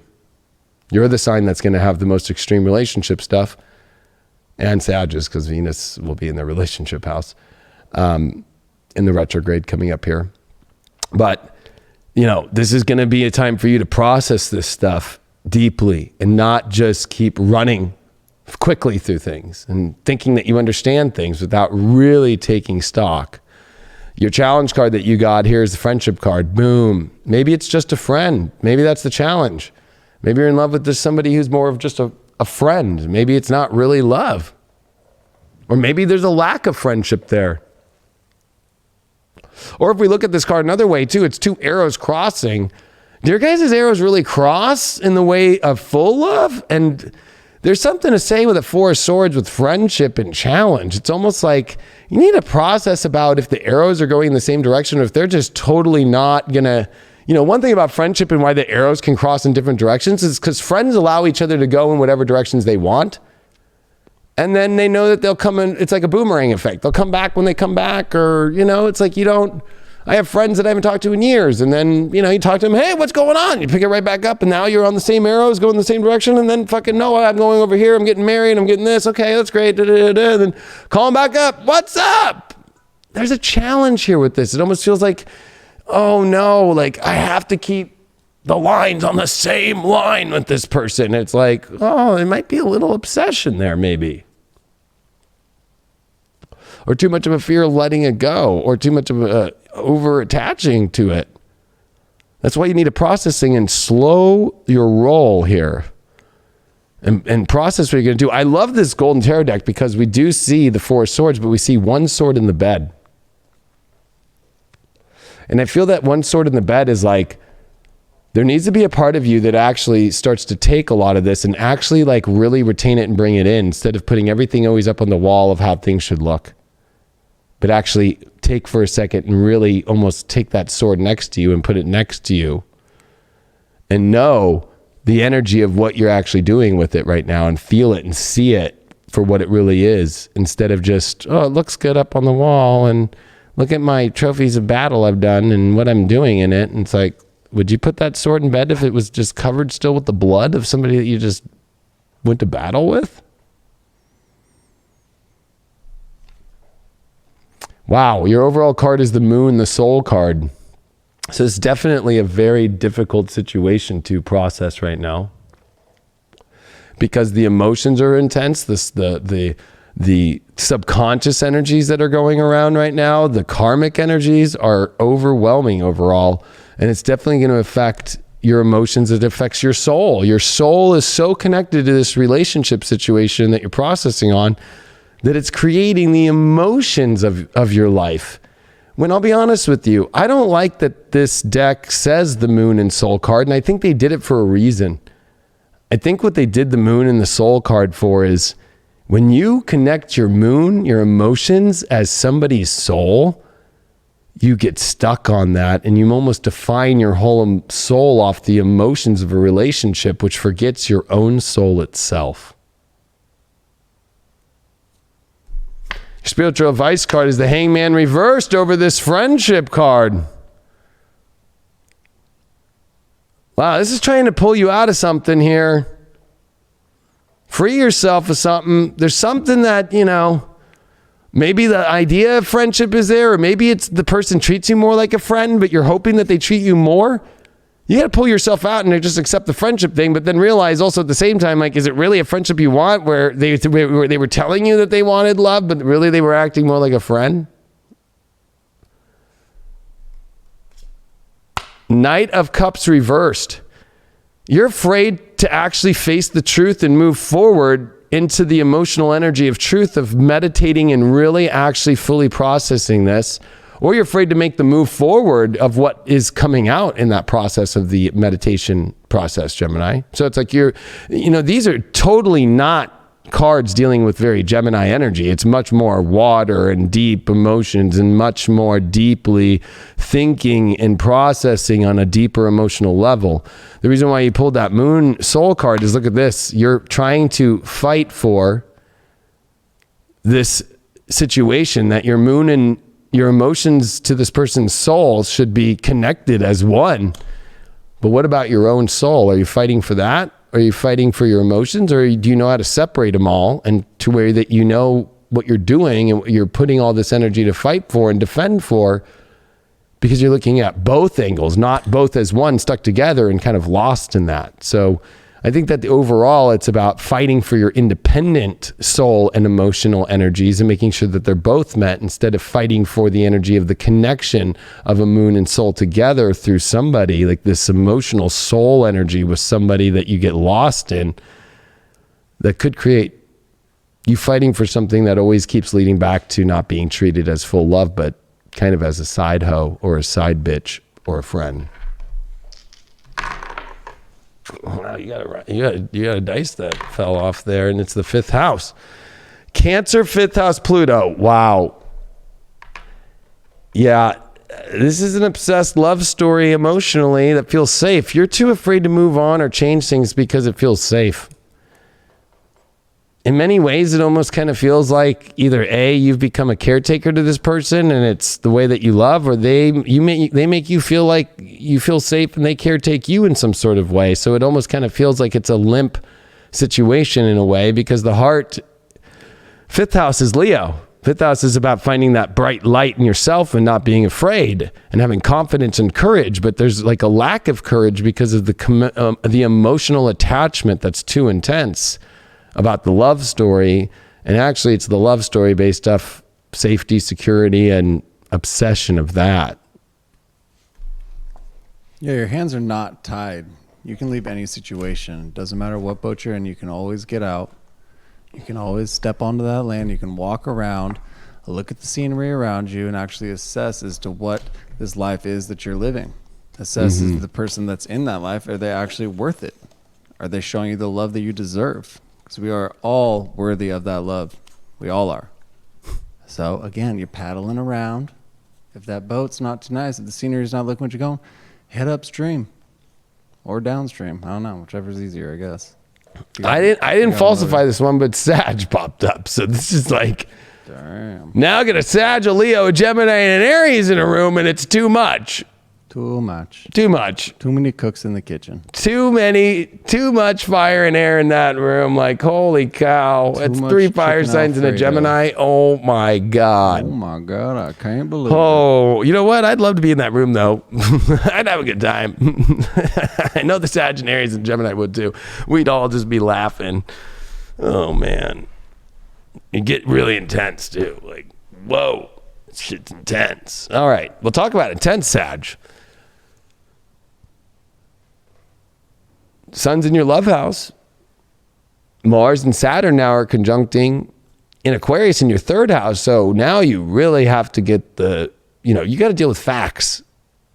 You got to start thinking with your head. You got to start looking at this from like what logically makes sense. And I know that's not easy being a Sag, because it's all about perceptions and hopes and dreams. But with Jupiter, Pluto in your 2nd house transforming, this is about an implosion in a redirection about attachment, physical attachment. I've said it before, but it's finally here. It's going to be actually kind of weird seeing this week after Jupiter passes Pluto that we're going to actually see for the first time, like Jupiter had a Pluto here in Capricorn since 2008. And what's even more, I think, funny is to see nothing in Capricorn except Jupiter, Pluto in the South Node. No Saturn there. It's all going to be in Aquarius here now with Mars and Saturn here and especially Saturn at least until July. But I think that you need to start to think about your love story now and the facts that make sense and the conflicts that are about attachment. Now, Venus is about to enter into Gemini on Friday. And guess what? It's going to be here for months and months, and it's about to retrograde in May. So guess what? You have some crazy karmic changes with relationships coming in your life. Now, do you want to do them before, or do you want to use the retrograde to explore and see, or do you want to really go through some really weird shit through that shadow period that starts next week and into May, June, and even into July? Do you really want to go through all that? I wouldn't. I wouldn't. I learned my lesson on the last Venus retrograde in Gemini. Holy shit. 8 years ago. So the writing is always on the wall before a Venus retrograde if you're in a relationship. If you're single, the writing's on the wall about what's not working and where you should start to go. Same thing in a relationship too, though.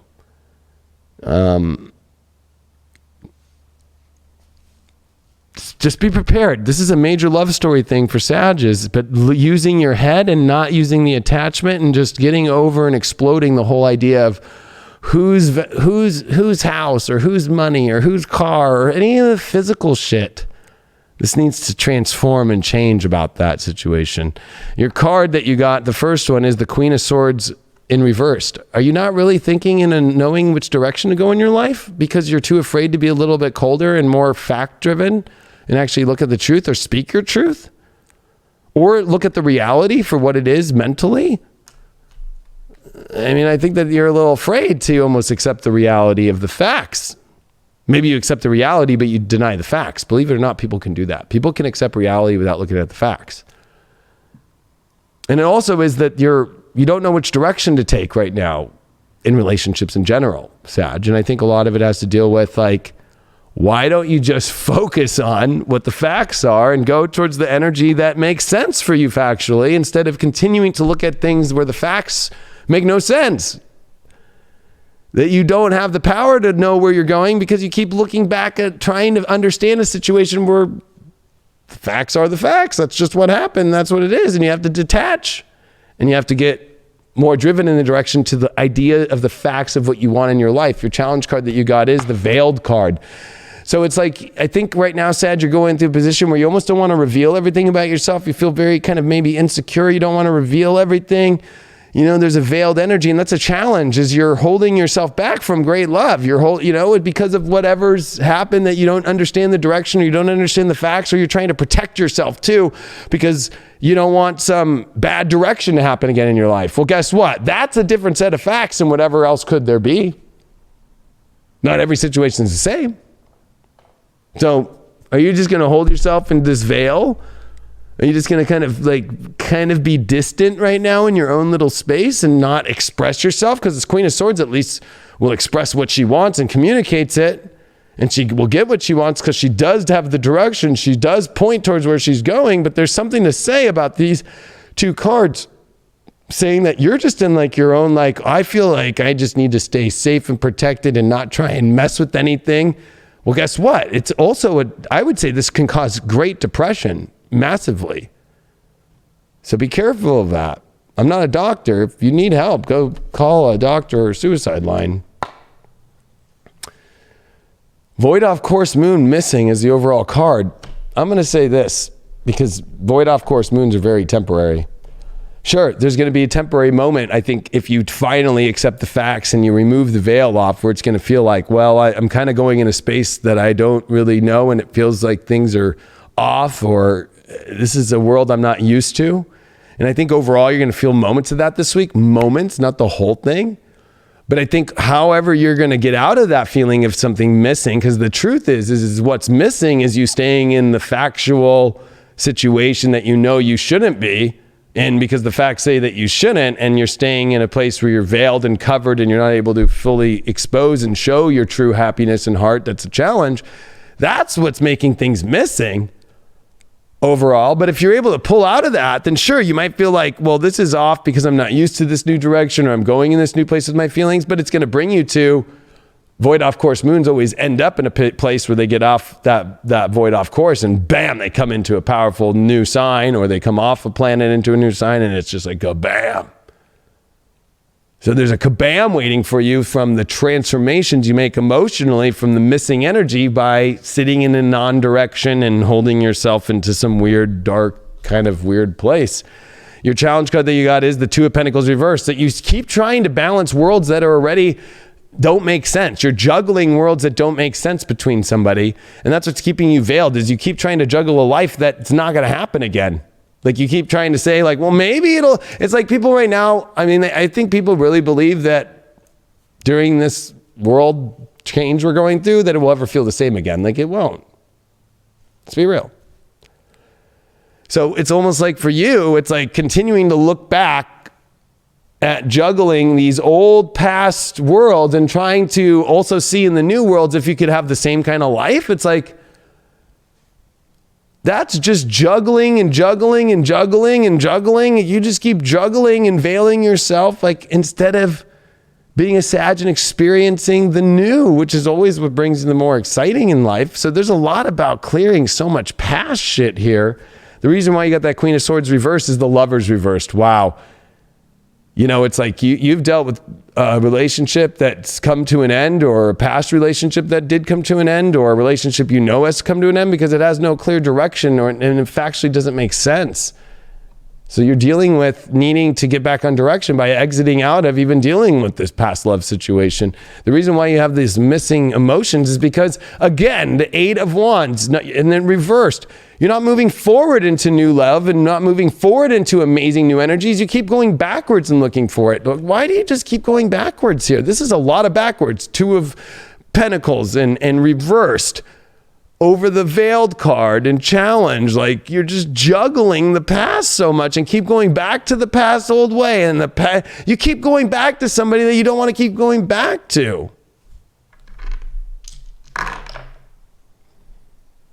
You got North Node in the 10th house in Virgo. Yeah, you need to grow up now.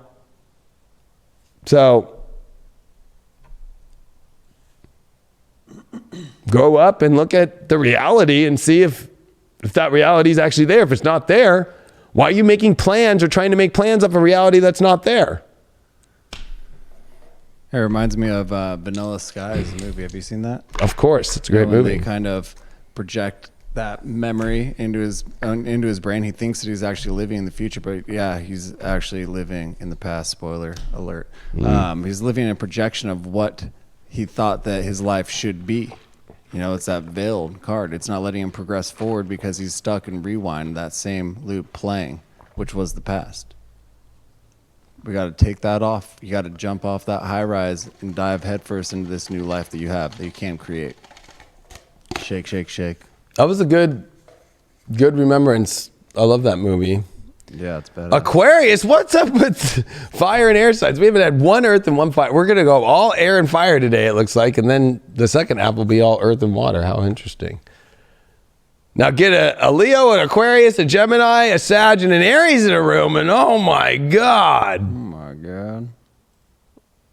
There'd be no grounding at all. We'd be on another planet.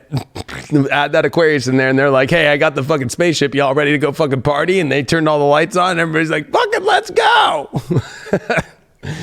Well, you know, none of the fire and air signs would give a fuck about the earth or the water or any of that. We'd just be like, get on the spaceship. Let's go. Fuck it. We're having a party. Like in the moment. Let's go.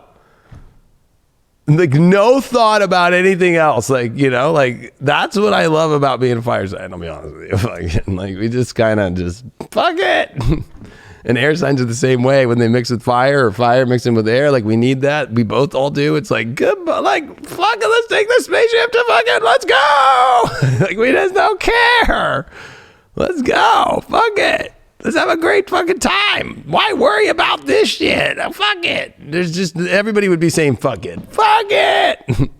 Everybody would be fucking taking something's out the window and shit. It'd be fucking crazy. All the water and earth signs right now watching the show are just like,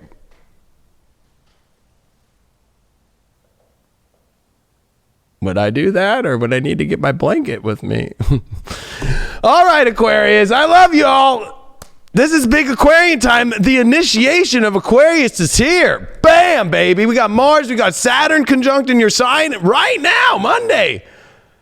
And this thing has happened. This has happened. It's initiation. It's activation. It's time for Aquarians to really find who they really are, the weirdo they are, and step into the new world that you are going to be. And this is with Mars here. You got to put your own self first. So when it comes to relationships right now, no more, fucking with shit. Why keep going and trying to do things for other people right now that you don't want to do?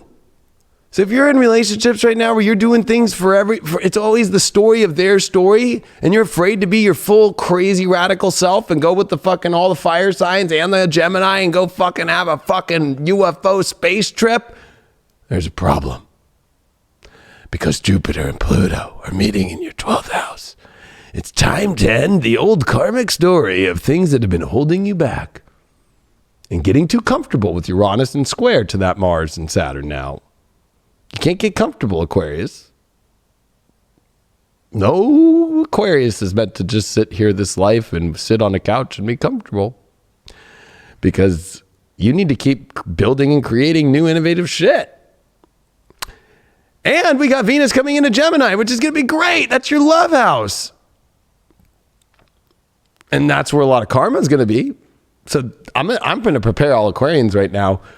They're going to have one of the most crazy, most radical, new developing love story situations and just overall identity of their whole lives that is beginning now. It's just like all on now, and they know they can feel it. They've been through some hell, but at least this is showing a whole new break in the clouds to a new direction. And take it while it's here, Aquarius. Your first card that you got is the Six of Wands, a bright victory, baby. You made it out of the woods of the crazy weird shit.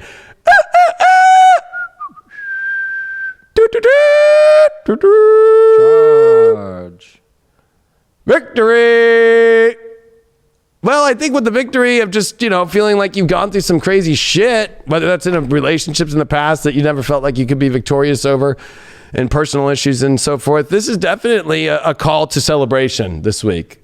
And I think it's a call to celebration of where you've been at, and I think that's moving you forward. If we look, Craig, real quick back at this deck, look at how you start the week. You're coming in strong, victorious over things that you have heralded in the past.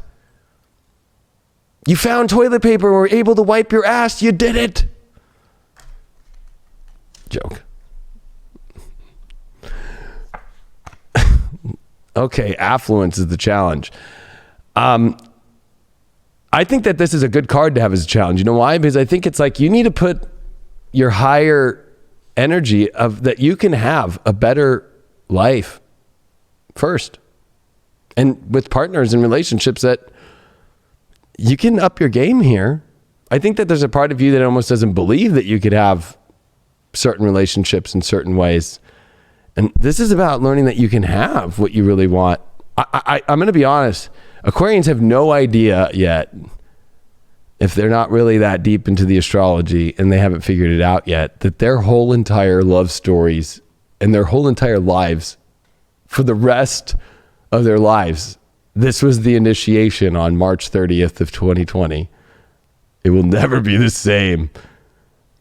And it's a whole new thing. So everything that you thought was to this point was all the illusion that you thought it would always stay this way. Aquarians are going to be forced to go into complete new directions. And I think it's much more positive, but I think that there's the challenge that you think that it's better. Yeah, it's better. You can have better. So don't just keep sticking with things, and you need to step forward more and with your victory and saying, hey, no, I like this. This is where it's going to be. Look at your outcome card is the Sag card. So whether that is about an outcome about a Sag or a Sag is something to be focused on right now, but I think a lot more of this is about just understanding that there's a lot of opportunities right now. There's a lot of new places to go. There's a lot of new things to see. There's a lot of new places to experience in your life. And I think that this victory was a victory of getting through hell in your own spiritual evolution and just trying to get through to things. But this victory is not over. This victory is now leading you in the direction of a more affluent life with partnerships and being willing to go and experience and have the world that you want to have. Because it's almost like you haven't got to have that yet. You almost just dealt with what you were dealing with to get through hell. That might sound crazy, but it's true. You did pull the Fool card reversed over that affluence. I think that you're forgetting that you don't need to be affluent yourself to get affluence. I think that that's a foolish idea. You don't need to try and adjust yourself or be some certain way or get some new clothes or do your hair a certain way. I think that this is you realizing that it's about the energy within yourself, that you know how to just enjoy this beautiful life and not give a fuck if somebody is not understanding that world or not going to be like really wanting that from you. Like, it's almost like this is where the Fool is in reverse. It's like, are you going to be foolish enough to like not make the most amazing love life happen in your life now by the way that you make your own life? And I think that this is just a huge moment for Aquarians to pull out of that. You can't have a better life with love. You might need to actually tell your partner, if you're in a relationship, like, you're going to come with me and we're going to do this shit, because if you're not going to want to waste this in your life. Look at this, the 6 of Wands. I knew that you came through hell, but you made it. 10 of Wands. It's been a lot of weight you've been holding on. There's victory on that. It almost felt like you almost were going to fall over and keel over and maybe even pass away, right? Because it almost feels like it's so much weight. It's like, I'm almost at the end of the town, like, you know? But it's also time that you've made the victory, so why keep holding all the weight? Throw the weight down and fucking, if it's not, you know, it's like, that's not part of your journey right now and in your life. You got a whole new fresh start here coming energetically with love, relationships, and your whole life in general. So time to put down the weight and enjoy the victories in life. And if people don't like you tooting your horn off for the victories and they don't like the way that you're going to come across with your expression, that needs to be put on the chopping block and looked at. Look at your Sag card as the Devil reversed. It's almost like you feel guilty or shameful to go experience a new world. And that is part of your problem. I think that, you know, the Devil actually is you not experiencing your life, that you're actually, that it's darker in yourself and it's darker from the outside forces of restricting you from experiencing the world that you want to experience or how you believe that it could be or that you could have. So they think that, you know, with this card, it always is pulling out of a situation. And you know, I'll be honest, sometimes, you know, not to say it's a Sag, but anybody who is not believing in continuing to experience new things and go in new directions, but wants you to stay the same way or tries to be kind of devilish in a way of like, no, you need to do this, or no, it needs to be that way. Like, you need to see that you need to pull out. That's a devil that's after you there or trying to control you. 8th house, Mercury, Taurus. So, wow, these are opposite energies. So, well, Mercury and Taurus is about you looking at understanding the more quality of life, but you need to also pull up from the deeper roots. That in order to get that beautiful tree, like behind me, that's fake. We'll just imagine it's real for a minute. Actually, let's look at Kim's beautiful painting back here that's lit up. In order for you to have that, you got to go deeper about, are you connected to the passions in the world and the person and the energies around you to create something that beautiful on the outside? Or are you just trying to keep it all together on the outside and not do any of that deep inner knowing of truth and connecting and allowing yourself to feel the depths and just trust in that and just give it all and not trip on it and just be living in your truth of what you really want, instead of like half-assing what you really want or not speaking fully about what you really want and actually being honest about the physical nature of how you want things.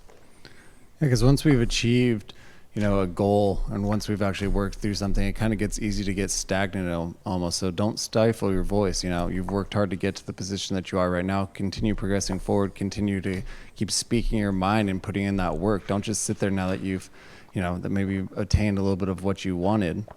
Now you got to continue putting in some work. Yeah, appreciate that journey that you've been in. Appreciate where you are right now.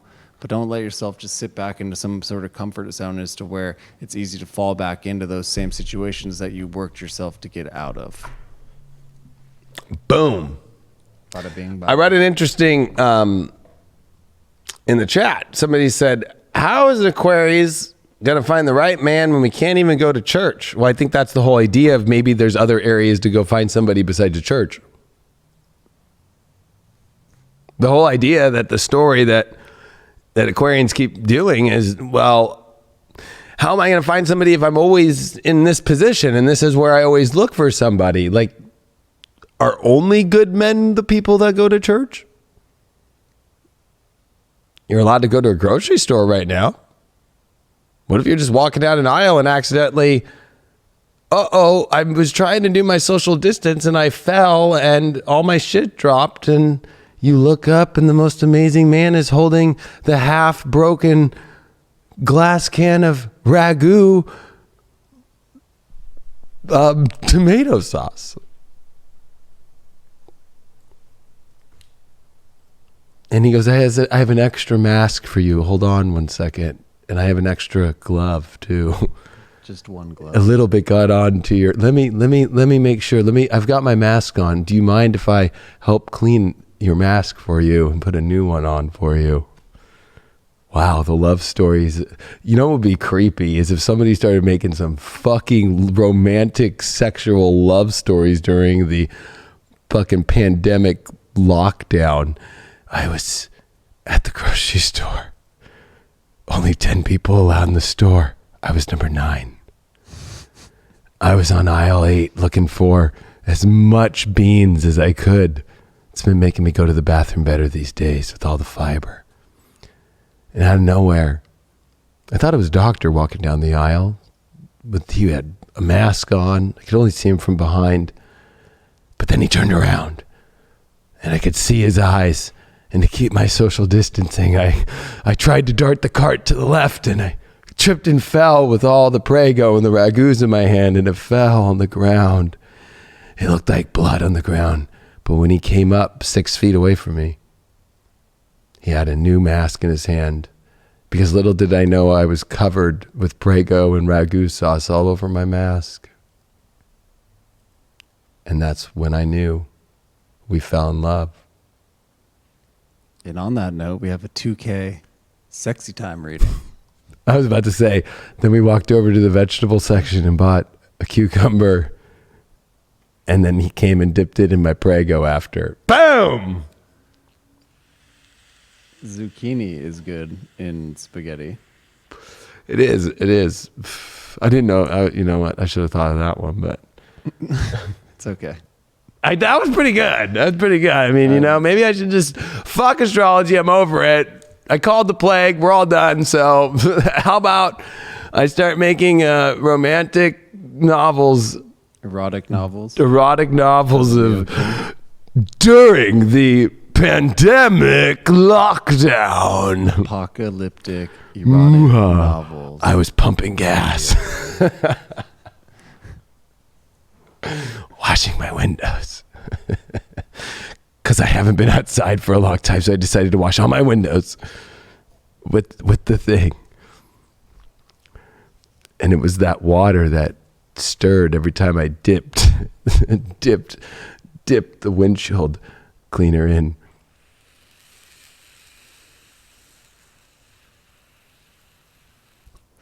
Are we doing 2K sexy time?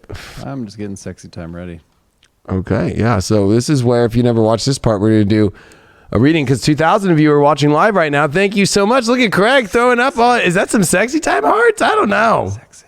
That would make me feel like I'm in like some it's sexy time, I guess. It is sexy. I was watching Deep Love Tarot on quarantine, and those little hearts came over and got me Sexy. ready for my sexy time reading.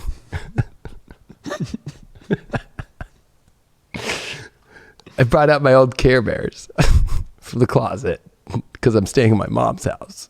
Yeah. It reminded me of my ex-boyfriend. Oh, man. Okay, so if you've never done sexy time reading here on Deep Love Tarot, we do it when 2,000 people come, and I want you to imagine the person that you want to find out what's going on with the sexy time energy. But remember, if you've never met this person, you don't talk to them, and you haven't flirted, You can't think about them. But if you're actively talking to them, you guys have obviously flirted before. There's definitely also been a connection, or it's your partner, or you're dating. Fair game. And I'm going to help you go. So envision that person right now. And again, and I forgot to say this on the 1K reading, it's only one person. You can't jump around and go, oh, well, that makes more sense for this other person. You fucking whore and slut, right? Fucking, oh, wait, hold on. It's like the 5th guy that I'm fucking right now. Oh, no, you got to pick one person here. You can't jump around. I want to see everybody's moon sign in the chat this time. Hey, did you see that there was an article, Craig, and this is for everybody too. Yeah. There was an article saying that during the quarantine and the pandemic that there's actually going to be a shortage in condoms. That makes sense. I have not heard that, but maybe we'll go back to the old school with like lamb skin. That's probably. I don't think they do many lambskins ones anymore. I think they made some other kind of like chemical, like just pulling hot liquid wax all over yourself. Well, I'm gonna get a little real here. There's like this there's this lube out there that supposedly, from what I've heard, of course I found this out by somebody in LA. There's this lube that I think all the porn stars use that is proven to protect you from STDs, and it sterilizes the sperm, and you kind of rock it with that. That's what I've heard, at least. I don't think they sell that shit at CVS though. Don't know if it's true or not. So I'm just going to put that one out. I don't know if it's true, but had a conversation about that a couple years ago in LA, and I was like, what? Where is that shit? And I remember I was looking down Nile one time, and I actually spent like 10 minutes at Walgreens and CVS going, is this shit anywhere around? That sounds like the perfect lube. It protects you from STDs and it kills all the sperm, and you fucking get to go at it. I was like, wow, where is this shit? Didn't find it. Oh my God. Okay. Sexy time. Sexy time. Envision that person. Here we go. The Hermit reversed. Well, maybe this person's finally coming back into your world, or maybe you felt like they went away for a while, or sexually, energetically, it felt like it kind of went into,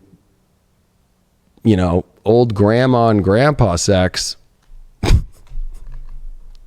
Or you just don't know where this person is sexually, and they might be showing up to finally come out with it. I always refer to grandma and grandpa sex as like instead of and I steal this. I always give the credit. It's from Pablo Francisco, but instead of saying "you dirty whore," oh yeah, grandma and grandpa sex is like, oh you blockhead,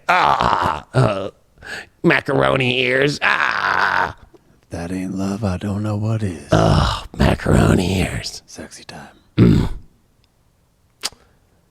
I don't know. We're going to get a little bit deeper. This Hermit reverse card at least doesn't make it feel like you're going to be dealing with grandma sex, grandpa sex, or, maybe there's some lingerie coming out, or maybe the guy that you're interested in maybe is going to stop wearing Fruit of the Loom's whitey tighties and wear some actual boxer briefs. Maybe you're going to bring out the lingerie. We got the shadow card challenge here. I think that, with this person, there's been the challenge of whether it's with you and this person or both parties of not knowing really what's going on behind the shadows with this person. So that's why the Hermit card has popped up and reversed. It's almost all going to come out. So it's like, but also I think the challenge is learning to accept that, there is some shadows in the past or not knowing, and people are like endeared to have their own lives. Like, I think that when it comes to sex and relationships and all this stuff, I think we're living in a world where it's like, gosh, if you're trying to figure out everybody's fucking life and you haven't dated them yet, or you're just starting to date, like it's all going to come out like eventually. But if you're only focused on that so much, it's going to be a challenge. Maybe they backed away because maybe you were too harsh on them and trying to call them out on every shadow in their life or something, which is you probably doing the same shit because Whenever you call out someone's shadow, you're calling in your own shadow shit too. The Virgo, yeah, overall, it's like this thing is trying to figure out how it's going to work.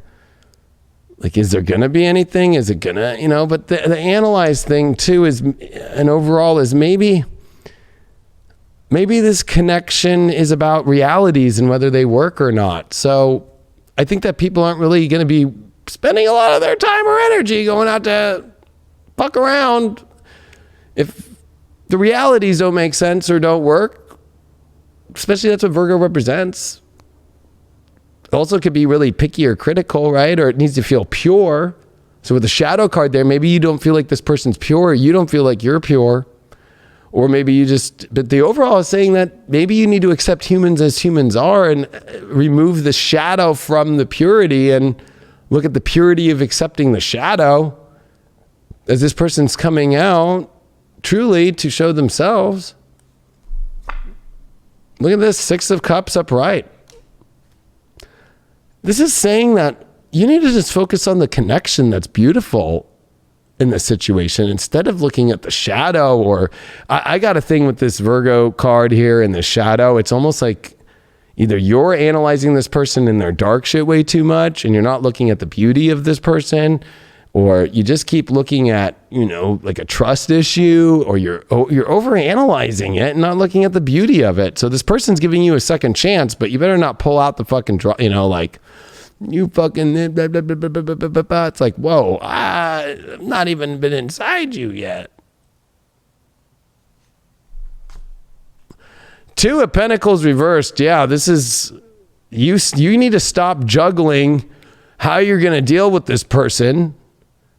Because I think that you're the one juggling along with these things, or they're juggling you along, but they're only juggling you along because of however that you're acting. Whichever way it's working, there's a juggle going on. And you're involved too, just as much as this other person. So you guys need to come together and figure out what all the juggling's about and just face all the shadow shit and find some beautiful situations here and stop analyzing. Yeah, you need to stop meditating on over-analyzing. This is the 4 of Swords reversed. This is over-processing. Over-processing the shadow shit, not looking at the beautiful memories that could be made. You haven't even made beautiful memories yet, maybe, and all you keep focusing on the shadow. And this is an X. This just means that you're an obsessive, compulsive person that just can't fucking get over your ex, and all you keep thinking about is what they're doing in their shadows of their fucking sex life because you fucking can't get over them. That's truth bomb. We need some dice. I'll give him the dice.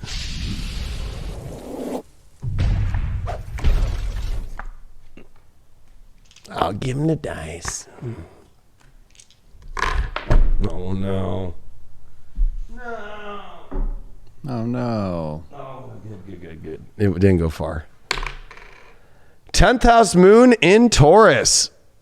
That relationship is all about, in order to feel good, you need to know how to feel good and not restrict yourself from all these rules. Moon in the 10th doesn't like it. It's also a famous relationship. I have moon in Taurus in the 10th. I'll be honest with you. I just allow the rules to be to feel good. You know what I mean? I don't make rules about not feeling good. Like, that's what it makes no sense to me in relationships when people don't want to feel good. I'm like, really? You have rules about feeling good? I'm like, go have a nice one. It's like, fucking, what the fuck? I mean, like, my rule is to feel good with the moon in Taurus. It's exalted. I'm going to make sure that every rule in my life and every direction in my life is about feeling the best and the quality of life. I think that this is your issue, is maybe you've made rules over feeling good. Like, who does that? God. I think we need to get out and address our deepest, darkest desires and share those with that partner that we're looking. Ooh, listen to Craig over here. Yeah. These deepest, darkest desires? You gotta let them out of the shadow. You gotta Damn. let that darkness and share that with the individual. Get a little freaky time in this 2K sexy time reading. Damn. Throw those little hearts up that you got. What is it that you actually desire that you've been afraid of sharing with the world because you think that they might look at you in a certain different way? Don't be afraid of what you actually like, what you want sexually. Speak it into existence. Share it. Oh my God. I never thought a million years I'd ever see little hearts on a sexy time and do a tarot reading and astrology reading about that shit. Oh my God. I'm losing it. I'm losing it. See what quarantine does to everybody. Wow, we got an earth sign. First one, Capricorns. Yay. The Scorpio in the back cheering. Yeah. It's like being at a baseball game and just getting their ass whooped. Just like the earth signs and the water signs didn't have 1 point on the board. And finally an earth sign came up. The Capricorn, of course, went up and said, I'm going to hit one. Boom. Caps. All right. Capricorns. Well, welcome to Jupiter and Pluto to first conjunct in your sign that's ever happened in your life. Unless you're a really old Capricorn, at least, Jiminy Christmas, at least, hundreds and hundreds of years old. Some of you out there act like it. Are you going to stop that? Pluto and Jupiter are asking you to define what you want in your life now and change by opening up the door to what you really want in your life, with especially Mars and Saturn now in your second house. I'm going to be honest with you, okay? This is going to bring up some stuff. I talk about it a little bit deeper on High Vibe. I'm just going to say this. Your self-worth comes up with Mars and Saturn in Aquarius now. Your physical appearance. We got Venus in your 5th house of love exiting and coming in your 6th house for months. Your physical body, working out, your routine. So there's a lot around how you deal with love right now, Capricorn, your physical body. And also when you look at your partnerships or the people you choose, the kind of partners you're choosing based upon your physical body or what you feel that you're worthy of. And I think there's a lot of things in the head that are a lot lost in love right now with Mercury and Neptune, but you need to look at what is an environment, Capricorn, that actually like brings the more fantasy of what you want in your life, but also there's some insecurities that you need to blow over by realizing that you can have whatever you want, Capricorn, in life. And stop using all these deep emotional kind of private weird issues around self-worth, physical body stuff. It's going to come up now. 2 of Pentacles. How many times did the 2 fucking of Pentacles come up now? 3 times. Okay, but this is you juggling your relationship life, if it's the right one, or which kind of, are you looking in the right areas? If you're in a relationship, is this really the world that you want to be in? Like, there's a lot to juggle here. But you keep going back and forth, and I feel like, Jupiter and Pluto don't want to go back and forth. Mars and Saturn don't want to go back and forth. They want to know what's transforming. They want to know what they're taking action on. So the more that you juggle, the harder this week will be, Capricorn. If you're going to go on the date with somebody, go on the fucking date. If you're going to make the breakup, make the breakup. If you're going to stay in, stay in. Like, you just can't keep juggling, though. You did pull your guides as your challenge. You're not listening to your guides. You just keep juggling because you already know the answer and you just don't want to deal with the truth of what Spirit's saying. Wow. You are going to have to make a sacrifice. I definitely feel, Capricorn, you have to make a sacrifice either way. Taking something that you really don't want to try and please somebody else, or make the sacrifice of having to let something go that you don't want to be part of. And it's going to be that sacrifice of maybe making somebody feel like hurt or that you're not compassionate or anything. But I think that you need to think logically. Neptune's in your 3rd house and it's conjuncting Mercury this week. What? Why aren't you listening to your guides? Oh, the 2 of Cups upright. Your guides are trying to point you towards what soulmate energy is. Literally doesn't mean who, just what the energy is of a soulmate that is the ultimate soulmate of the ultimate emotional connection that you want. But in the challenge position, it's kind of like,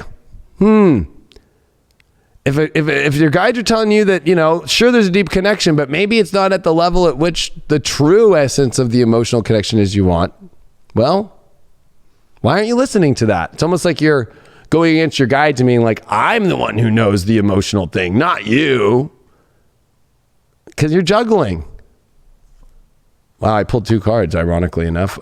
Page of Pentacles, and we got the 3 of Cups reversed. So, 1, you're juggling two things: a life that you really want to create, that you're excited about, and drowning yourself in whether that's distractions or even addictive qualities in life, whether that's anything from working out with people to smoking to drinking or whatever, or, you know, kind of like socializing in places to get away from situations that you don't want to deal with. You got to make a choice in which one you want here. And some of that socializing can be addicting just in weird things. It doesn't have to be negative things, but it could be like hiking or, you know, talking about them. But you're avoiding some sort of relationship situation in that direction, or you're ready to go take a risk and see the youth and the excitement to go move forward into something that's much more, you know, valuable. And that's the coin that's offered. Are you ready to go offer your true value and accept and see what's there? Or are you just going to keep avoiding it? You got the star card with Neptune. Wow. Talk about a multiple sacrifice here. I feel like this is trying to clear the decks for you extremely right now, Capricorn. Star card, Neptune. To get you more in alignment with what's real true to yourself. That's what Jupiter and Pluto is. It's a complete transformation on the deepest level and the biggest level. The biggest planet with Pluto, the deepest, most transformational planet of death and rebirth with the biggest planet Jupiter in your sign. Never happened before in your life. Boom.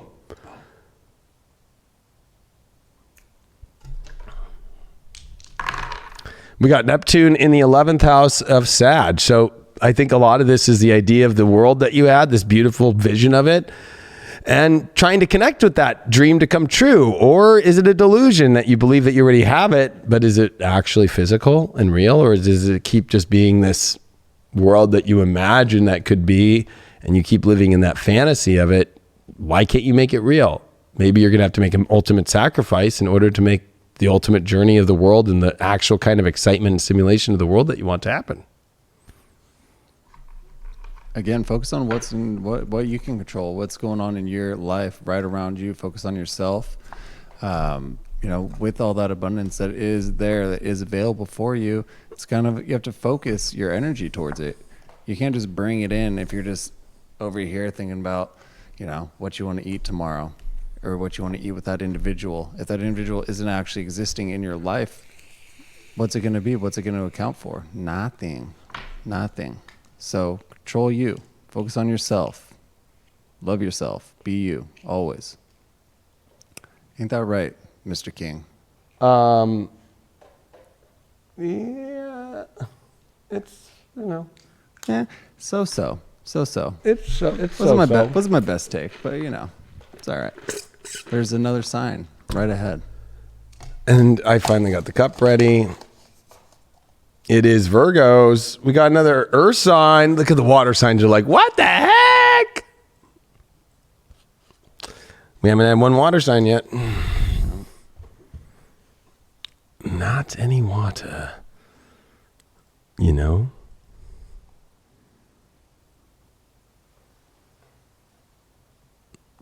But it's okay, because you know what? We're just going to flow like a waterfall. We're just going to dump on all y'all. The water's just going to be in here, because ain't no party like a Scorpio party, baby. I know. We're all in need. It's coming. Ain't nobody like a Scorpio party. Baby. Not yet, but soon enough. Get those vacuum cleaners like a Virgo party, baby. Swiffers and the Kleenex and the fucking Lysol wipes. It's a Virgo party with Beyonce in the background. Oh yeah, get those glasses and those books out. Virgo baby.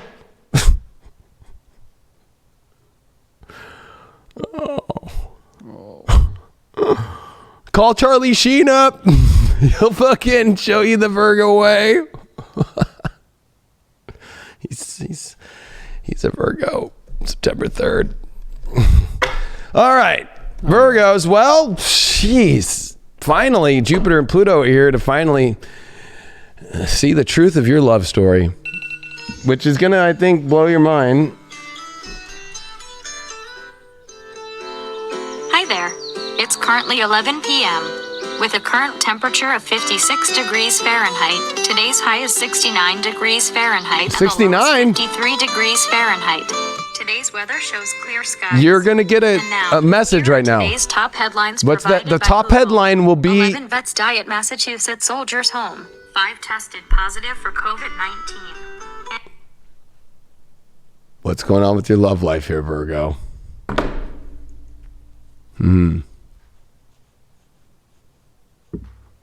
I was waiting to see what the top headline was. It wasn't a good headline.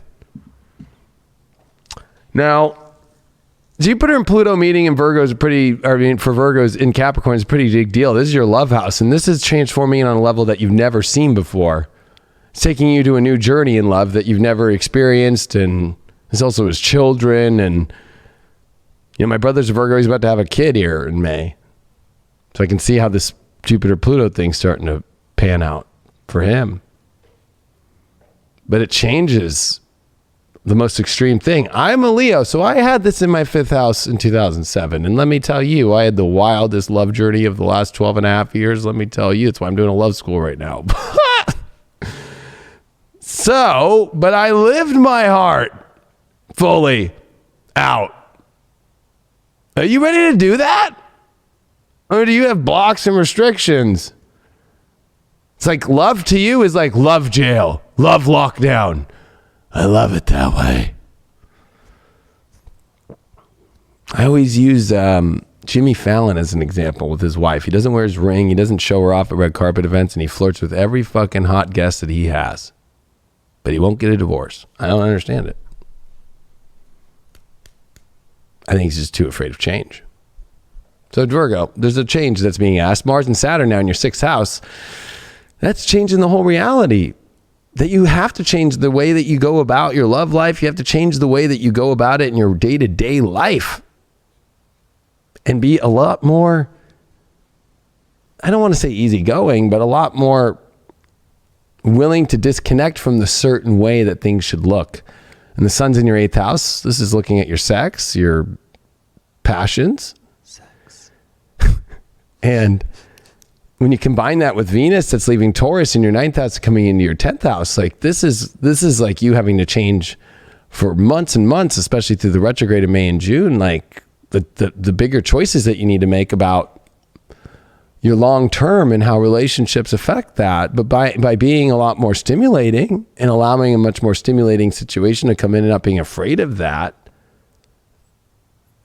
because that's contradicting to in the quincunx that we're going to see here to the Capricorn stuff. But it's going to make great trines this week to Saturn in your 6th house. It's almost like it's time for you to start to get on a new road of how you are going to allow your heart to actually get what it really wants, but you have to make that huge change. Five of Pentacles upright, the Victim card. Whatever's going on this week, you're going to have to face these, it's also the card that deals with kind of the helpless or somebody who feels like they're going through hard situations. So you might not be really in the best space because maybe you're going through a hard situation in life, whether, this card always has to deal with sickness. Maybe you're dealing with somebody who is sick. Maybe you're dealing with some really hard stuff right now. Maybe your partner is, since we are doing this for Virgos, but I would say this is more directed towards you. And I think that, I don't think that, it's about leading with love in this way, but I think that it's about, you're going to have to deal with things in yourself right now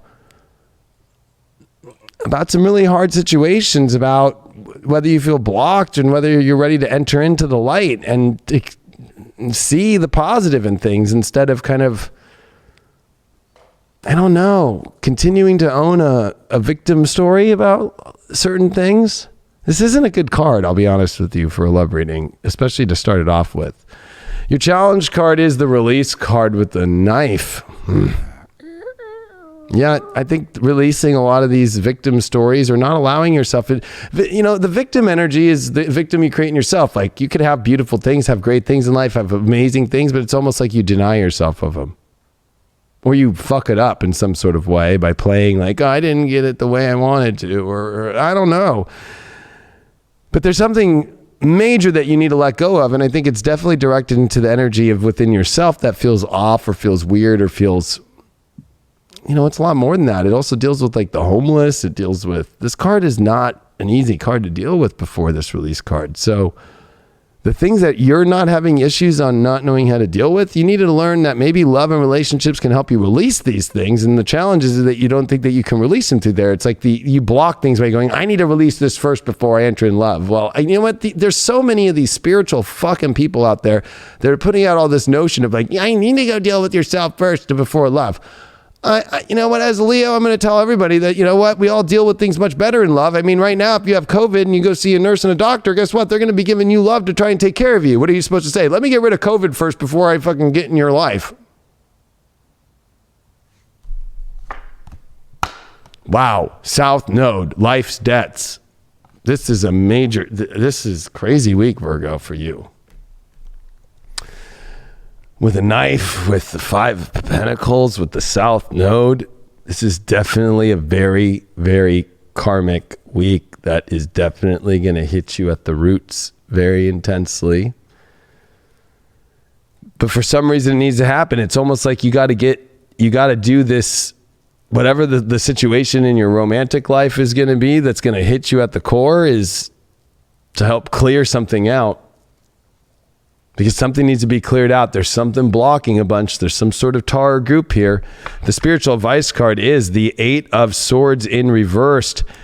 Yeah, you have to unbound yourself. You've been bound to some really trapped energy right now. And I would say a lot of that trapped energy is around staying in the toxic waters within yourself or of a relationship, or just continuing to own this kind of victimization story. Or why did you get this 5 of Pentacles? You got the Queen of Pentacles reversed. It's like you don't feel that you can have better, or you don't feel that better will be deserved, or you don't know how to take care of and nurture things that are great in your life. You know better how to find the victimization story within them instead of knowing how to hold on to something that's beautiful with love. Your South Node that you got is the 7 of Cups reversed.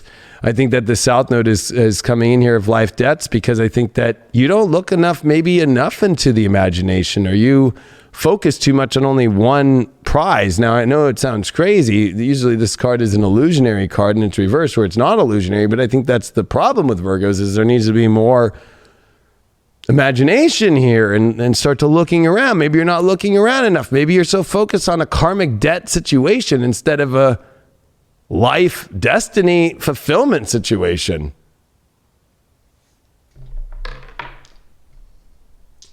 A lot about the past and what's happened too.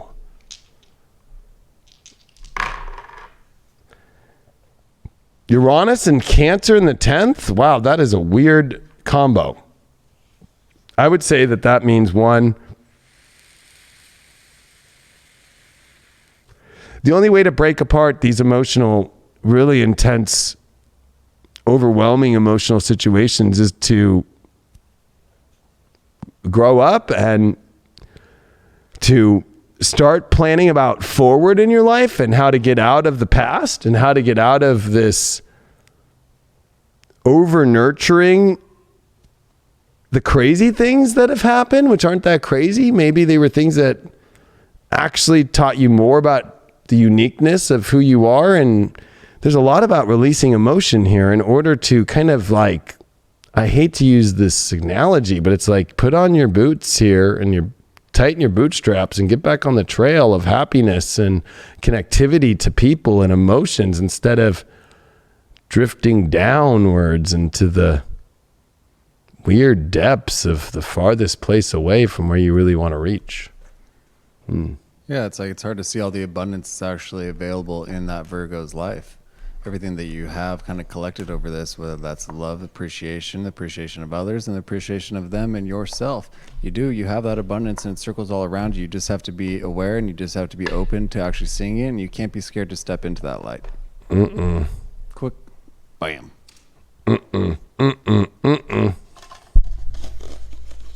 Water, maybe? What? Cancers. Woo. The first water sign of the night. And we're at the last, 4? I think we have 4 left. after that? Yeah. Mm-hmm. All the fire signs are done. We have Libra as the last air, and then we have Taurus, and we have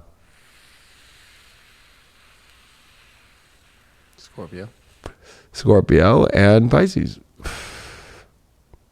Now that would be an interesting party. A Cancer, a Taurus, a Scorpio, and a Pisces.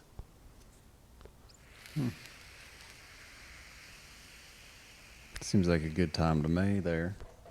Yeah, it'd be like a crazy, like, fortress, and everybody would be like on the couch, like, what's going on in that room?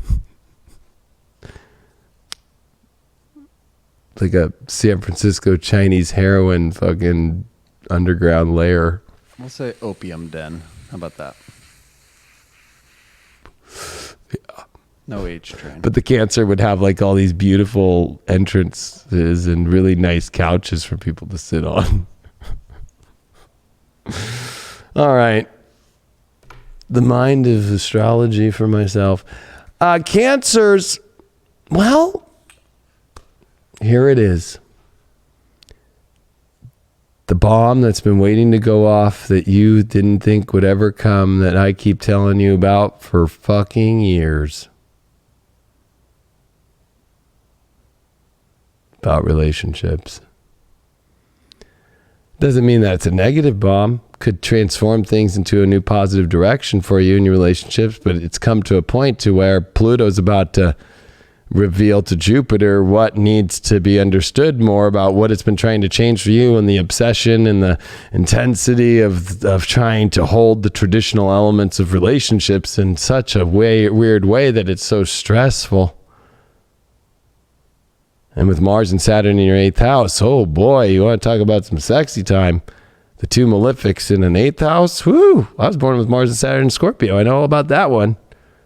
You have to learn how to attract the things you want in your life, not try and go after them, because every time you try to go after them, it doesn't fucking work. And I think that's Cancer's problems, is they try and transform other people to be more of the way they want to be right now, instead of, if they're not showing up that way, snip. Just don't snip it and throw it in the garbage disposal like that woman did in Orange County like 10 years ago. And Venus leaving and going into Gemini by Friday into your 12th house, where it's going to be for 4 months almost. I'm going to be real, Cancers. This is going to be a wild ride of change with your partnerships and how they are forever, and learning to draw in what you really want instead of denying yourself of what you really want, and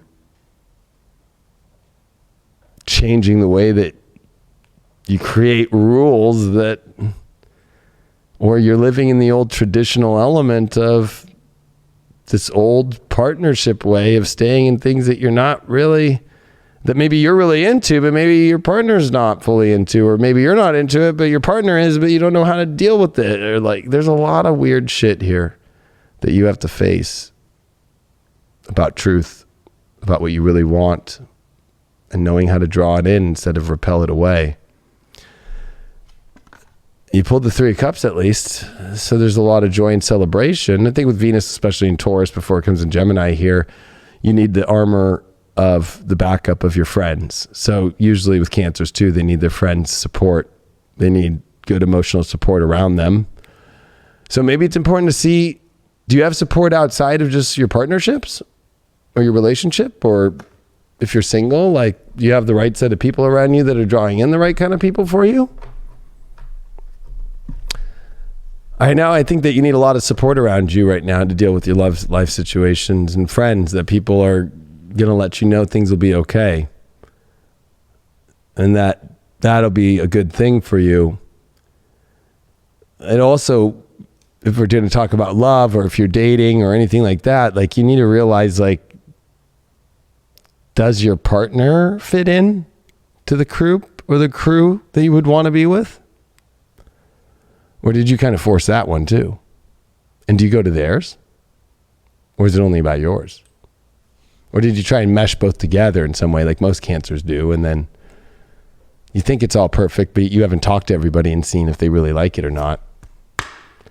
Wow, your challenge is the past life. You don't want to deal with that. You're dealing with some past life energies here and partnerships that need to come to an understanding and fruition here.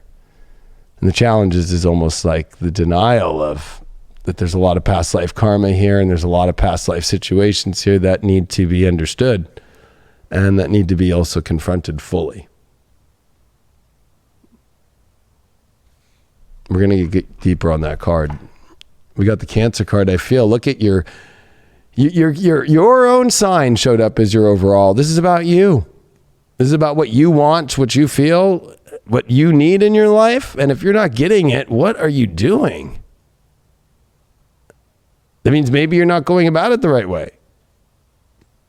Maybe you're not feeling what you want to feel because maybe there's energy that doesn't feel the same way that you feel. The spiritual advice is, wow, you pulled the World card reversed. You're afraid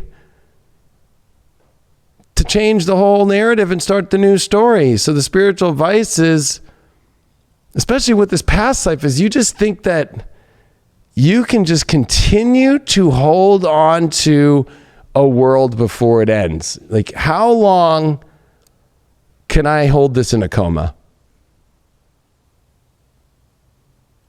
Whether you're single too, like my coma life of my relationship world. If you're in a relationship, my coma life of that. Something needs to change. You need to be willing to see the past life energy here of a holdback, of a setback, that you're afraid to move forward to see what happens. It might turn into something great and beautiful that you didn't realize. Maybe there's just the way that you've been seeing the world. The spiritual advice is let go of the world that you expect to see it as. Let go. Let go of that because you keep doing that and it's not working. Why'd you pull the Three of Cups? Well, the Chariot reversed. You're afraid to move forward. Wow. You pulled the World card and the Chariot card, which, to be honest with you, I'm going to be very blunt, and it might sound a little harsh, Cancer. And it's not that I don't like cancers or anything. I'm just pulling the cards. And I'm a reader that goes with the energy. The Chariot card is the one connected to the universe with the Magician's wand and connected to the Sphinx and connected to the dark and light and connected into new directions. And it's reversed. So it's almost like you're denying spirit of what spirit is telling you to do. And with the World card reversed too, I'll be honest with you, there's a part of you that just is, again, going against the world that God wants to build for you because you almost want to stay in this old past life situation and not change the karmic story to dharma of your own individual dharma. It's attachment to karma instead of dharma. Wow, you pulled the Sun card reversed with your Cancer card. So you're not stepping into your ultimate happiness when you're not getting what you exactly want and feel, or you're doing things that aren't actually coming from a conscious state. They're coming from an unconscious state. The Sun card can deal with doing really bad things to yourself or being in directions that are not connected with your true soul. That's really not you. You think it is, but actually it's not connected to your really inner child. It's connected to parts of yourself that ran away from your inner child. This is about not allowing yourself to truly have what you want. You have three major arcana, literally. The Sun card reversed, the World card reversed, and the Chariot card reversed. All three are your identifying cards here. Dealing with what you want, you need support so you can move forward because you just won't move forward. And you've got a past life card with the World card reversed. I'm going to have to pull you Ganesha. I really didn't know. I came to this reading actually with no intentions in hand. It just showed up, oh, Cancer, and then it was like, oh yeah, that's what Cancer is showing. Definitely that they're stuck in some emotional state where they're kind of just going around and around and around and around and around. You know, maybe you keep processing your emotions, but at some point you got to actually put that energy and move forward and let that energy flow. If you're just stuck in that spot, it's just going to be stagnant energy, and at one point you're going to lose it. So use it for your advantage right now. Actually feel it from within yourself and push forward. Push it. Push it real good. I think the thing that gets me the most actually is the Chariot reversed with the Sun card reversed and the World card reversed. Like, not wanting to move forward into a new world, and that actually will bring you to your ultimate happiness. It's like there's another, I know I don't want to use this analogy, but the grass is really greener on the other side because there is no grass on the side you're on right now. So, it's like, it's like being locked away in a prison, a past life prison. Ooh, that's a good title. Dude, if nobody better jack that name as a title. If I see the book or anything called Past Life Prison, I will just be mad. I have this video and the recording date to prove it, and I'm going to trademark that name. Past Life Prison. All right. All right, Ganesha. What does Ganesha have to say? Priorities. Holy moly. Got to get those priorities straight there, Cancer. And you got to put your priorities of what you want in yourself and your inner child and the world that needs to end to start the new world, and to not be afraid to move forward and trust spirit and go on the ultimate quest of life. So this is a week about major priorities. Do you really want to go through a Venus retrograde in your 12th house and deal with this? That's going to be sloppy with Rahu there and going to be intense, when it could be a lot easier right now. Even though you're like, I can't, the world, the way that it is right now. Oh. Wait till when the world turns back on, and now you want to go deal with the shit? Right now, we're all dealing with our shit now. Isn't it a lot easier in this kind of environment now?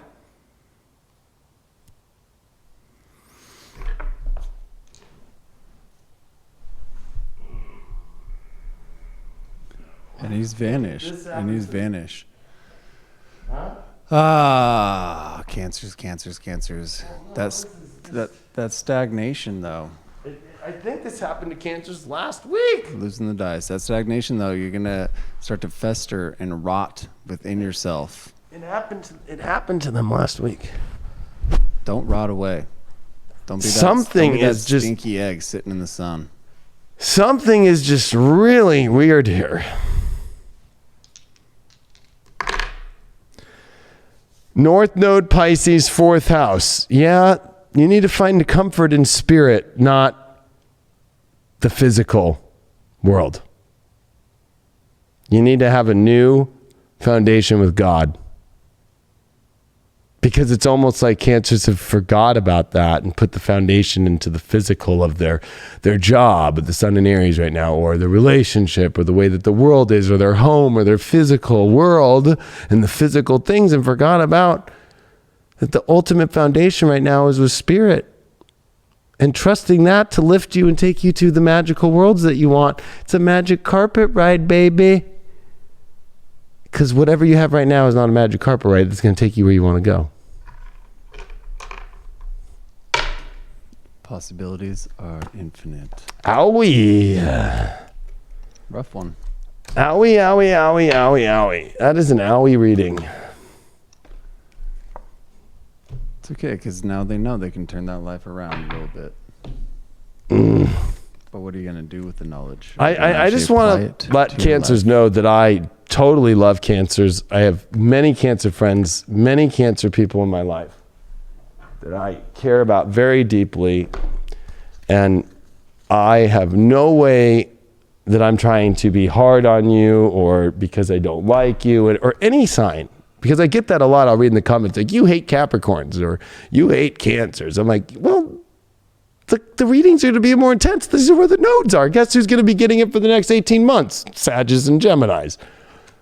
It's always going to be, you got to be, as an astrologer, this is where, I'm going to just be real. If you're going to watch tarot, and if you're going to watch astrology on any of these online things, these are where a lot of these tarot and astrology readings that you're watching, they're not talking about that shit. They treat everything as like this like kind of Fluffville thing, and don't go into this sign's dealing with it a little bit more intense than that other sign. Sorry, there's divine truth.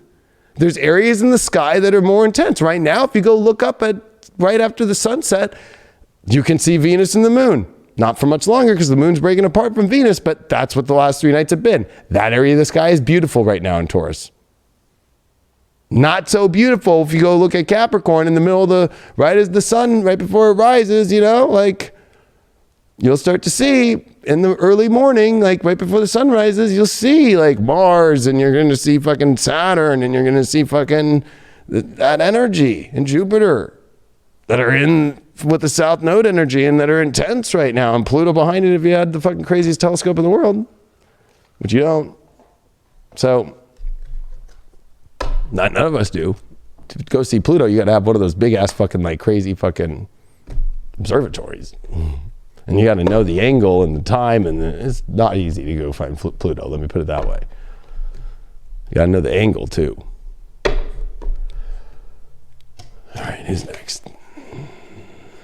We got Libras.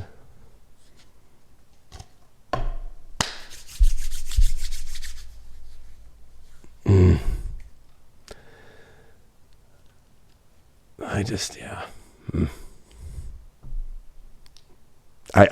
going to just say this before we go to Libras.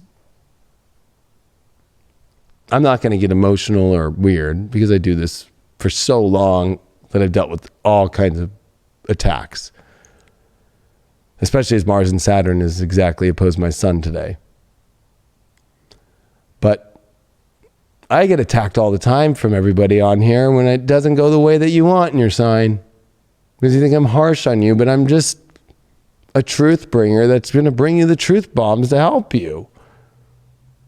And I don't hate one sign, and I don't look at one sign like, or some people have even associated with me because they see me with certain people in life in that sign that they think, oh, well, he doesn't talk to that person anymore, so he's probably just putting it out on that person. It's like, you're fucking crazy if you think that. I've done this for so many fucking years. It's insane. And go look at 2014, the Leo King daily videos of Daily Tarot. There was no other Daily Tarots besides me and Scarlet Moon. And I think there was a couple others. But this whole tarot thing that came out in the last couple of years, none of them were doing it. Go look at 2014 on their channels and see if they were doing Daily Tarot videos on YouTube. So I've been doing it so long, I just want to say the attack shit, it's not cool. It's not cool. Because I'm actually trying to help. But go to the fluff. Look what happened to a fluffer like Doreen Virtue. She became a fluffer and fucked you over. And told you were all going to go to hell. So, she's fun.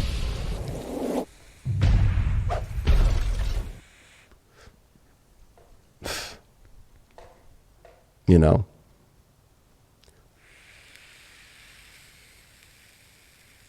I read some really gnarly comments this last week about that kind of shit. I was just like, wow, after 8 years of every day doing this shit and every week doing this, it was like, wow.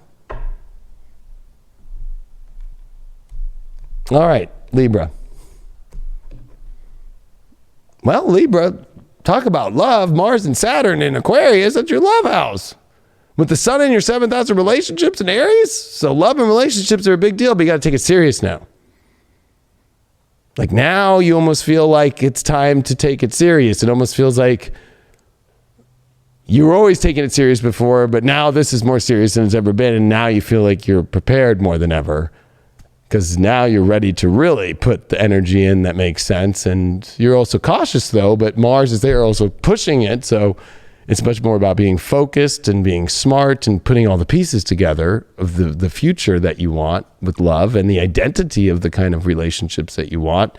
So if you're in a relationship right now, Libra, you got to really see, is this identity in the future going in the right direction? And especially with Jupiter and Pluto exploding your emotional aspects. Holy cow.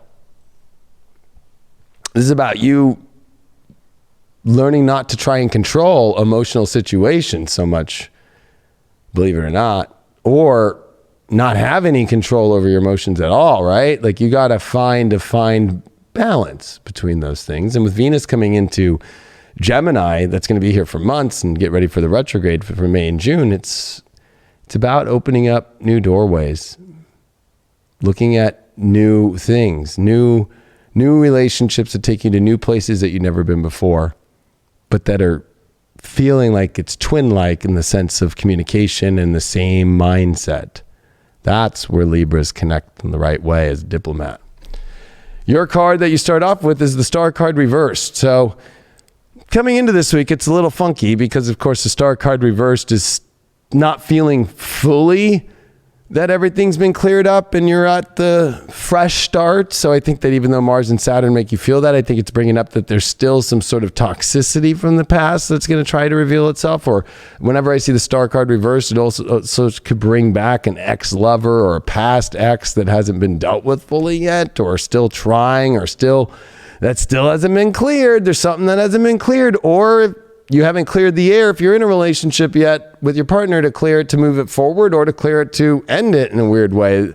There's a fear of really starting from full fresh and disconnection of all energies and to go into wherever it goes. Because that Star card reversed is afraid of the vulnerability of being fully naked energetically. It could even be that, right? Like it could be just the basics of that when it comes to love and relationships. The Star card reverse is vulnerability issues, like totally like removing whatever that you think that life should look like or how it should be done, and knowing how to remove those things and trust the universe that it will create it and be fully vulnerable. But there's like a vulnerability element that's kind of weird there. Your challenge card that you got is the time card. So you feel like things are taking too much time, or you feel like timing's been off in relationships, or that's been the wrong time to have a talk with some of the clearing, or it's taking too much time to clear something, or it's taking too much time to step into what you want to be fresh, new, and beginning in relationships. But remove the time thing for a second and remember to think about the moment, what you can do now. And learn to stop waiting on everything time-wise. But what is it in the vulnerability of it coming into that moment of vulnerability now and seeing what happens? You did pull the Chiron healing card, so it is a weird week. But there could be some really amazing healing for you this week in this space, but you got to realize that you have to be, there's a lot of vulnerability here. We kept feeling Chiron with the Star card reverse. It was weird we picked Chiron. Especially because Chiron is an Aries relationship house. So it's like the identification of how you think relationships should be, and the timing and the non-vulnerability, right? The more of like the identification of how it should look is the problem. And maybe you're still healing from a past situation that hasn't fully shown up. But Star card reverse is always something from the past that you thought was cleared, but it's not cleared, or they're not cleared, or they're not straight. And you got to straighten that shit out. Wow. You pulled the Knight of Pentacles in reverse over that time card. I would say that the spiritual advice is stop stalling. You think it's other people stalling. It's you stalling in yourself, creating a massive stall. Maybe even stalling about a past relationship or a past situation there, or a past lover.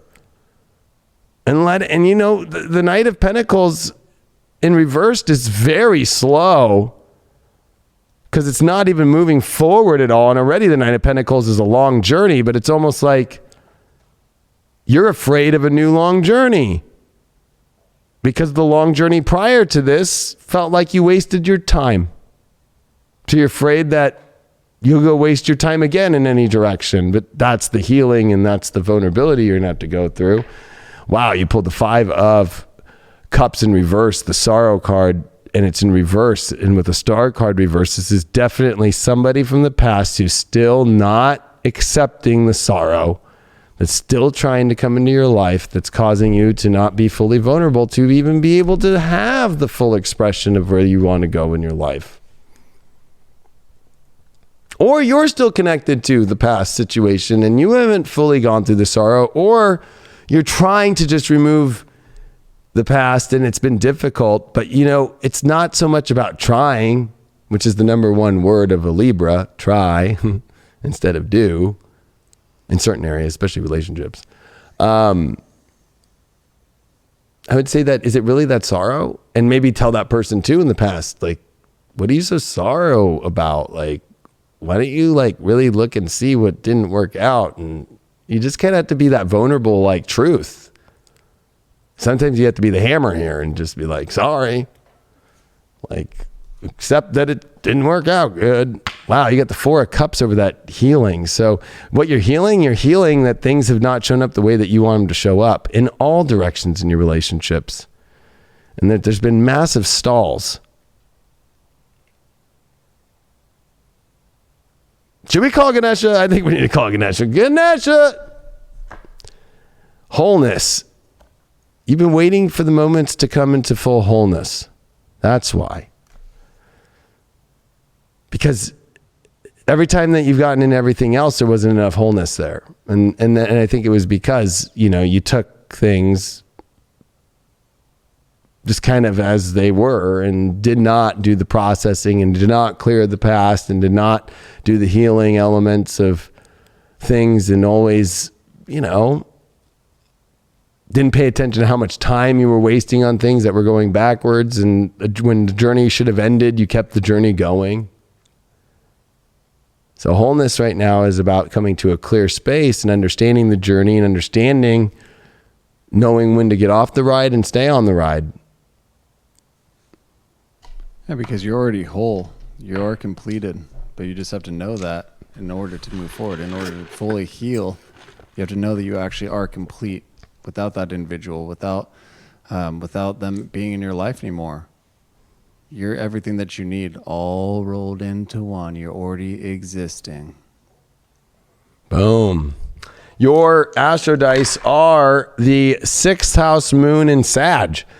So this is about, I think looking beyond the stresses or the specifics of how you want to feel and the big visions that you have to, I think, sure, understand the reality, but you have to go experience things to understand the reality. And I think that's a frustration, is if you're not willing to go experience the reality of the feelings that you want to have, then you're just stressing over things that are of what could be instead of what was experienced.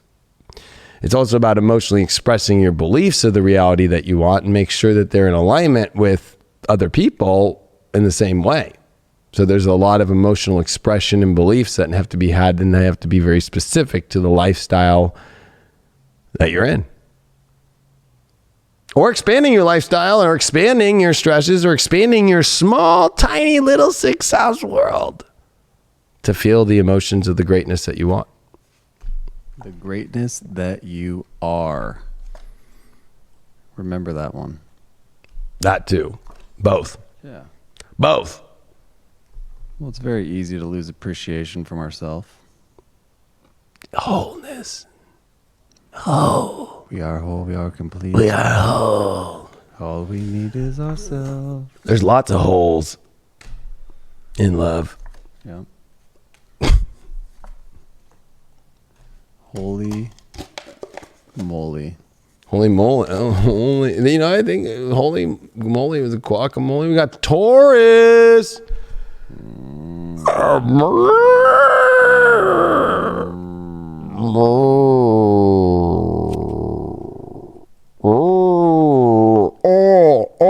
A Taurus when the bull falls.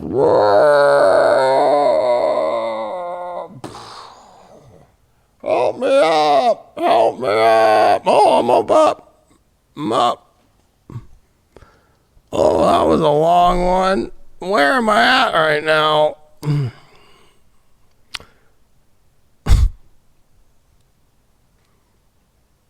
I'm going to take my time, as a Taurus does, about everything they do in their life, and take a hit of my nicotine.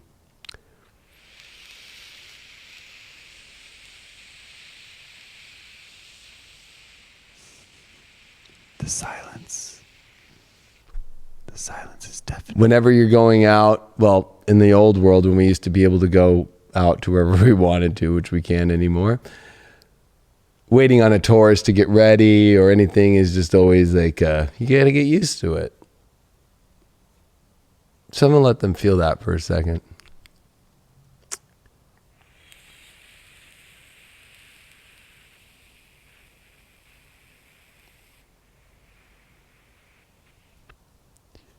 It's quiet time, right? Well, Tauruses will fidget the same pair of clothes for like 5 times over. They'll go over their hair 16 times over. They'll make sure the watch is on the exact,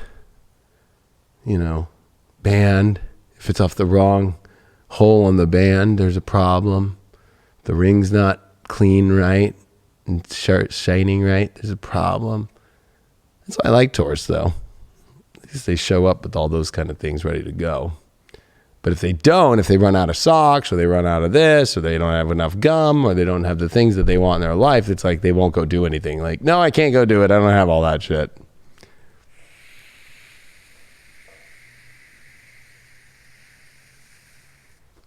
It'd be like a hiker who's like, well, we're going to go hiking with no water? You're crazy.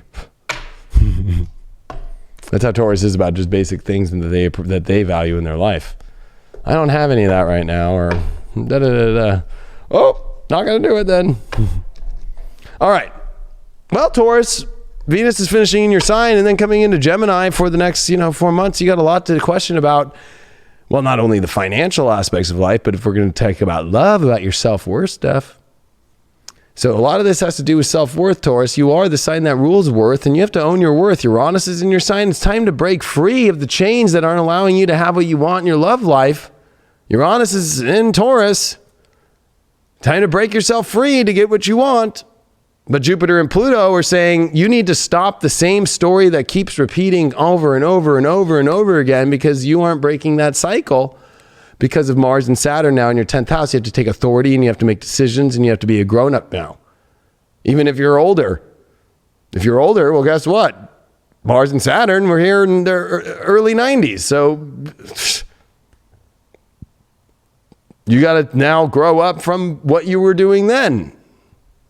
You took big authority at the beginning of the 90s. Why, now you got to take new authority now. If you're new and you weren't born and you never experienced this as an adult, well, guess what, Taurus? It's time for you to grow up and break yourself free of things that are holding you back from the things in life that you can't have for love. And a lot of it is self-worth issues, because that's where Venus is going to go and do a retrograde with the North Node. And this is self-worth issues that start back from 2012. And Mercury and Neptune mean, how are you going to get into the world that you want to have if you're just going to suppress it? You got the Page of Wands reversed. So I think that you are expecting exciting things to happen in love, or a message of excitement, but maybe it's like, instead of waiting for something, you have to go and be the one that is the messenger or make something happen. Because Page of Wands reversed is you're waiting for a messenger to come, or you're waiting for something to come at you, but it's not. You have to go towards it yourself. You're just going to get nothing but bad news. Or if you're just going to sit and wait for something to happen, well, that one's on you, not on other people right now. And if you need to deliver a message of how you feel right now, you have to be the one to do it. You can't keep waiting for somebody else to engage in that right now, because they're not. Page of Wands reverse is saying that the page ain't coming with the message of love that you want. You have to be the one that shows up and does it yourself. You did get the focus card. That's a challenge, that you're very unfocused right now on how to direct where you want to go with your love life, especially in what you want to say or how you're going to go about doing what you're trying to do with your love life right now. But you need to focus on it. I think that the challenge is like, just aim for what you want to do and do it. But I think that the execution of letting go of that arrow and seeing it fly and fucking, I think that there's a tend to be a worry about how that'll affect your life. But look at your life now. Think about that. Look at your life now. Is it really aimed at the direction that you want in your life? Do you feel unfocused? Because a life that you're in love and happiness and so forth, there's direction, and you feel excited to pull that thing back and go on that crazy adventure, and you're focused and aimed and determined in where you're going. But with this Page of Wands reversed and this focus card is the challenge, it would say that you're very unfocused and you're very unsure and you really don't know what to do and how to do things right now in your love life. Your outcome card is, well, the Aquarius card. You know what you want. Why don't you go connect to it and make the connections? And this is where Mars and Saturn is. And guess where Mars and Saturn and Aquarius are? Your 10th house of making big choices and being a grown up and making decisions and taking risks. There's no reward without no risk. even though it's usually said there's no risk without reward. Your spiritual advice card on the focus thing is, look at this, the Four of Wands. This is the marriage card. This is the card of celebration. You have celebration when you just let it rip. Let it rip. You want to go to the ultimate place in life? You want to go to the ultimate celebration? You got to let it rip in life. You got to Mars and Saturn in your 10th house. You got to let it rip. You got to fucking take the risk. You got to go on the trail. You got to do it to get to the destination that you want, which there's always a destination with the Four of Wands upright, like a marriage or a celebration or anything like that. So you got to get there. It's not going to just show up that way. Like marriage will just show up by just sitting here. No, you got to go. And there's a lot about going. And with the Page of Wands reversed, it's like you're afraid to go. You're expecting everything to show up to you. You got the Fool card. That would be a fool. But I think that part of this is a reminder that it could be fun. I think that you're lacking this feeling, the fun and the energy and the excitement and to go on the journey of your life with love, but it's like you aren't going to go on that journey. Why not? The Fool card is the one walking on the journey. The Page of Wands is sitting there going on the journey, but you got it reversed. You're hoping that other people are going to show up to you. But notice how the Fool card is going to where it wants to go. You look at it, you got this reversed. So you're expecting everybody to show up and you're not showing up. So that'd be foolish. But look at the Fool card's the first card in the deck. It's the ultimate card, I feel, of the human journey that we all don't know. It's okay that we all don't know how life's going to fully turn out exactly, because we'd be foolish to think that we know exactly how everything's going to turn out. But if you're trying to overcalculate and how it all looks and how everybody's doing things, oh my gosh, then you're not living life anymore. You're just living in your head and you're just living at the perception of it instead of the feeling of the sun, the feeling of the world, the feeling of being a human and experiencing life. And there's something about the Fool card that it's the fools that actually live their life in happiness more than the ones that think that they got it all figured out. The reason why you pulled that Aquarius card is, look at that. When you connect to, look at that. That is the soulmate card. That is the twin flame card. That is the ultimate emotional romantic connection card. You know what you emotionally want to connect with, so what's the dealio here? You already know. What are you waiting on? Why aren't you going about it? Why don't you have just the focus to let it rip and aim in the direction you want and let it rip? Look at this. You get this amazing Four of Wands that gives you everything that you ever wanted. Wow. I can't get a more simple and more basic reading ever for anybody. That's like the easiest reading. Wow, Mars in the 4th house in Pisces. So there's the delusion that emotionally you can't go about what you want emotionally because you're going to cause some sort of emotional disruption, whether it's in the family unit or whether it's in your own emotional thing, because it's an emotional action that's very difficult and you're blinded or you feel sensitive. It's oversensitivity to your foundation, to the changes that would happen to your emotional world by actually going by what you want. But it's a delusion of things that you're creating that actually would not be. So you're creating a story of a movie, of an illusion that would create some sort of harsh or intense energy about going for what you emotionally want to feel. But it's quite the opposite, that usually magic happens when we go for what we want to feel, instead of the idea that I can't go for what I want to feel because I have to do what won't disrupt the place that I don't want to be. Like, if you want to live the Cinderella story the rest of your life, fucking live the Cinderella story. We never know when that message is going to show up in our life, but we kind of have to put ourselves in the line of fire, so to speak, to be able to receive that message, to be able to receive that individual that's going to come into our life, and to put ourselves there so that, like you said, you got to let it rip. You know, maybe we're aiming that out there, but you got to line up. You got to set yourself up for success in order to go and get that. Boom. Yeah. Well, do you think we're going to pull Scorpio right now, as we are in the last two signs? It's Scorpio and Pisces. Scorpio and Pisces. I think Scorpio will be last. No. Scorpio, Pisces are going to be last. Couldn't wait, because there ain't no party like a Scorpio party, baby. Ooh. Got a cactus cooler for the fucking Scorpios. You know why? Because out in the deserts where the Scorpios live, the secret is that they're living with some cactus cooler. Ain't no party like Scorpio. I even added that whole like soda. Nothing like a delicious bit of orange pineapple blast right now in your mouth when you're about to do a Scorpio reading with a hit of nicotine. Yeah. Well, okay, so Scorpios, a very interesting love story that you are at with these conjunctions. One, the Jupiter, Pluto, and Capricorn finally here never happened in your third house of stimulation. It's putting an end to trying to figure out or continue to keep searching for things mentally or stimulation wise. When Mars and Saturn are saying in your fourth house, like just drop down emotionally and know what you want to connect with emotionally. You don't need to mentally figure it out. It's just like whatever you know feels right. Just go to that. Stop searching around, because the Scorpio doesn't have enough time to just keep running around the desert and go and search for its thing. It brings things into the whole. It's about attraction. Instead of trying to go out and search and find every little thing, especially with the sun in the sixth house, it's like, you have your own lane in your own life that you have to live in life. And if people don't fit in that lane, why try and alter or understand their lane and see if it works? You know automatically if it works or not. And if it's aligned with the kind of emotions and the connection that you need in Aquarius.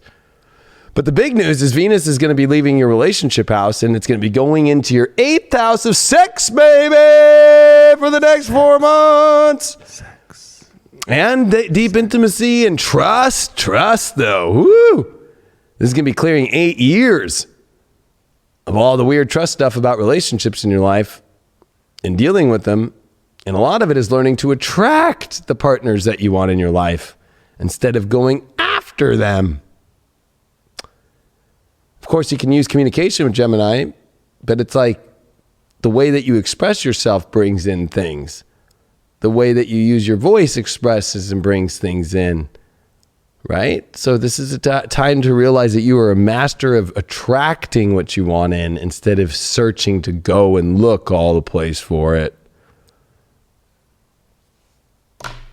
Your card that came up first is the Queen of Coins reversed. So there could be some self-worth issues here, feeling that maybe, you know, there's no way that lately love is going the way you want to, because maybe like some people could feel undeserving of it, or they don't feel like they know how to create it or manifest it. But I think that a lot of this is like, no, you are. So stop that story. This is just remembering to give yourself the quality of what you want in your life instead of chasing after it, right? Like the Queen of Coins, everybody comes to her to ask for money or ask for things.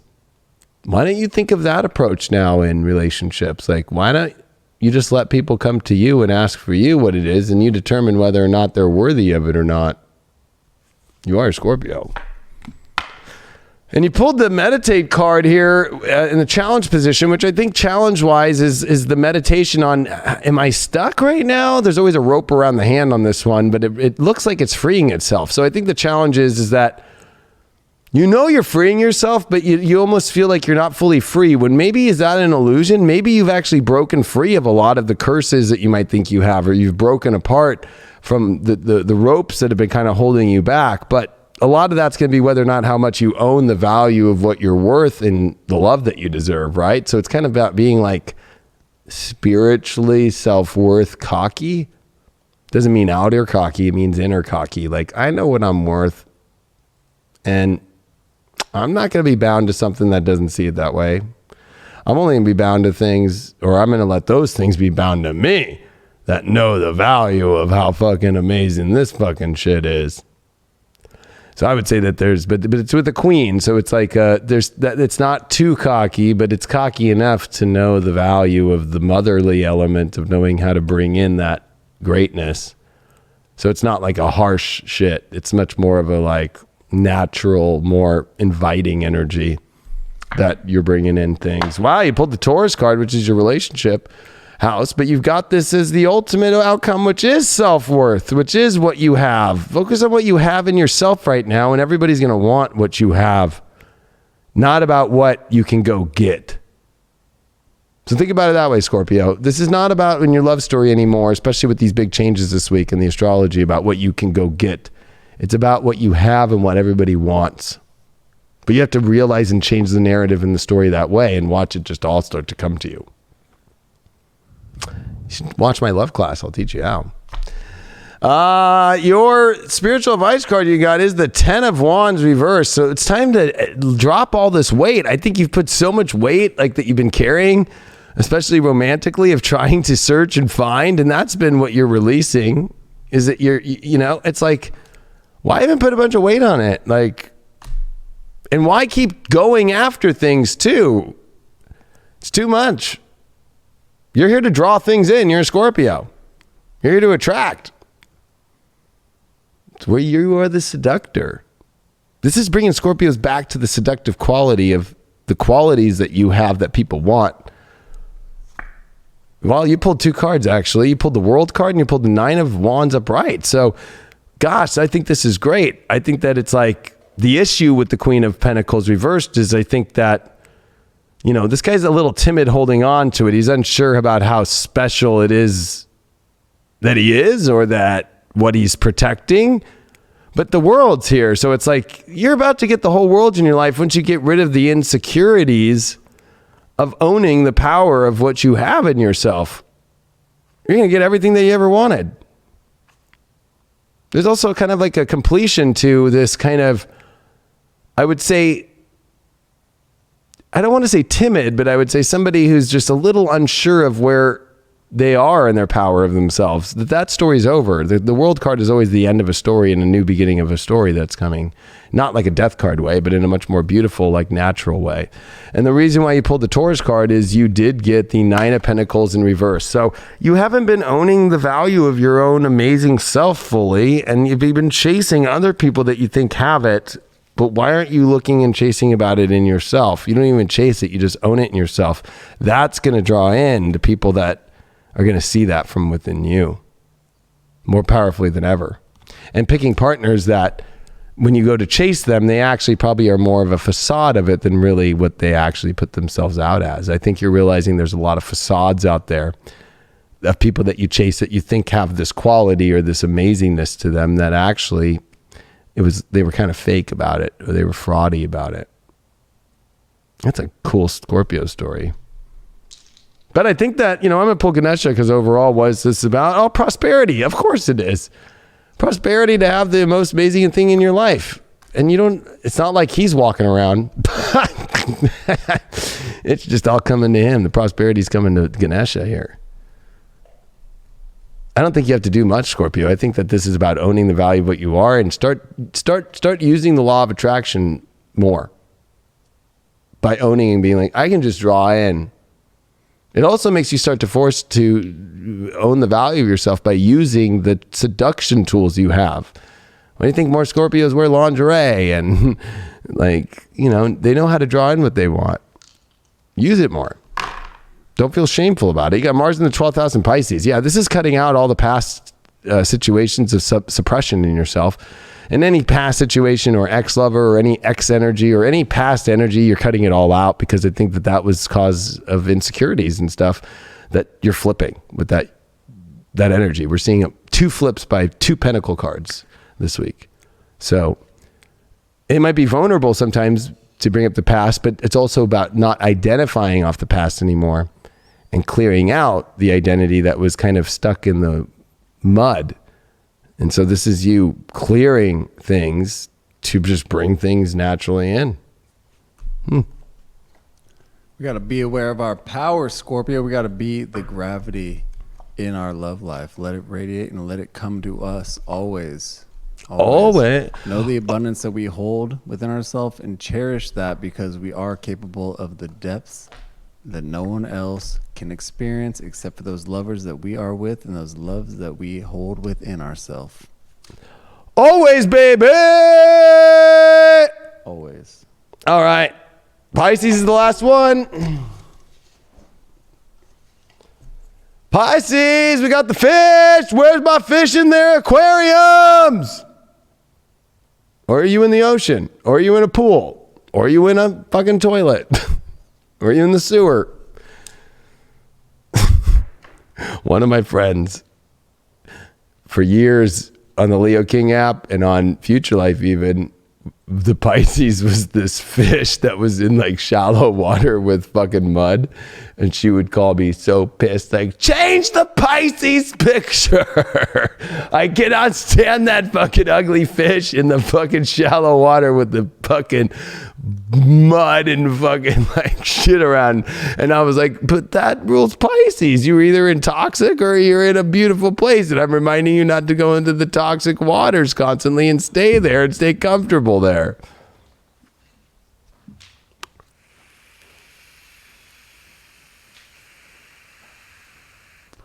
The final reading of the night.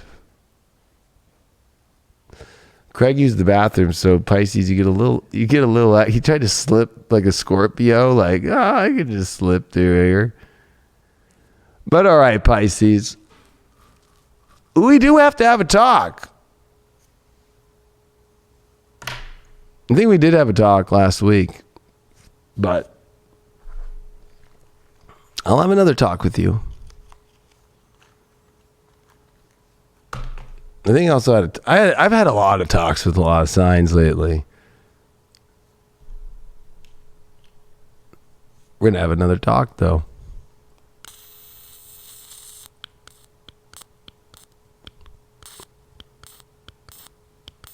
We're on lockdown. What's the rush? You got somewhere to go? Their club going on tonight?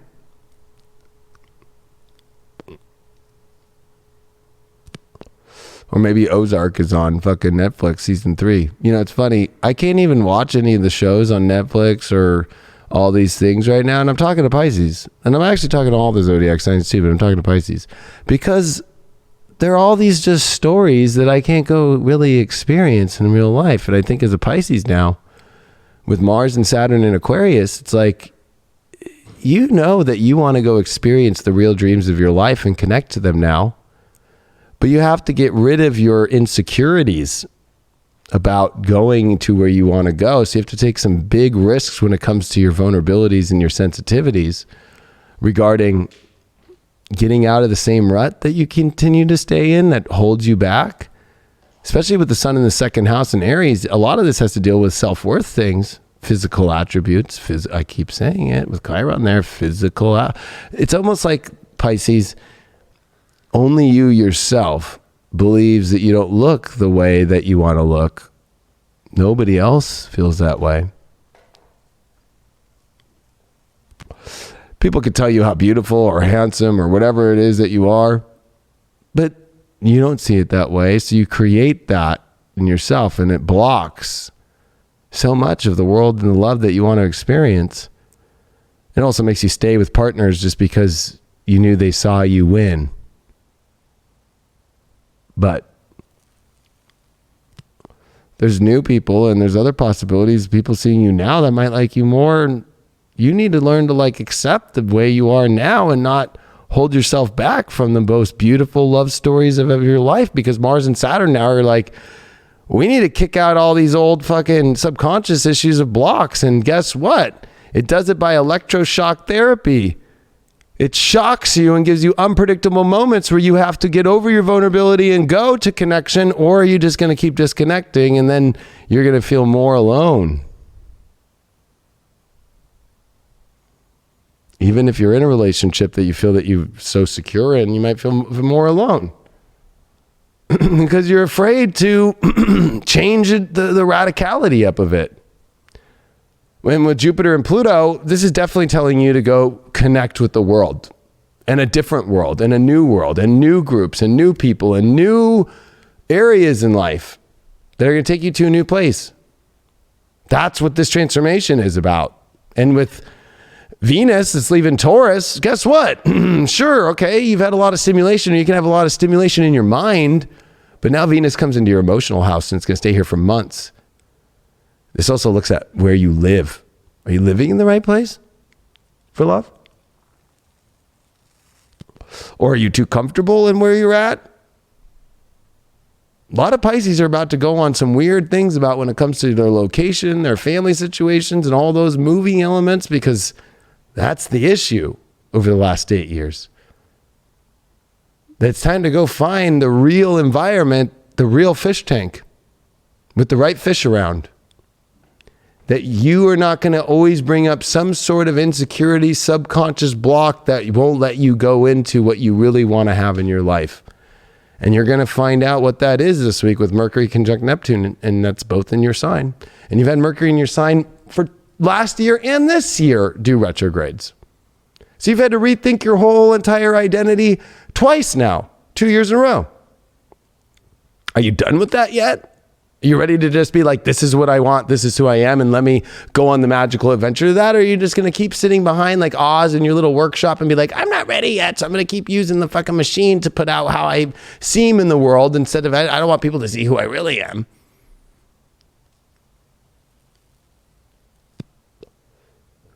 People actually want to see who you really are. They don't want to see the Oz story. They actually want to see you.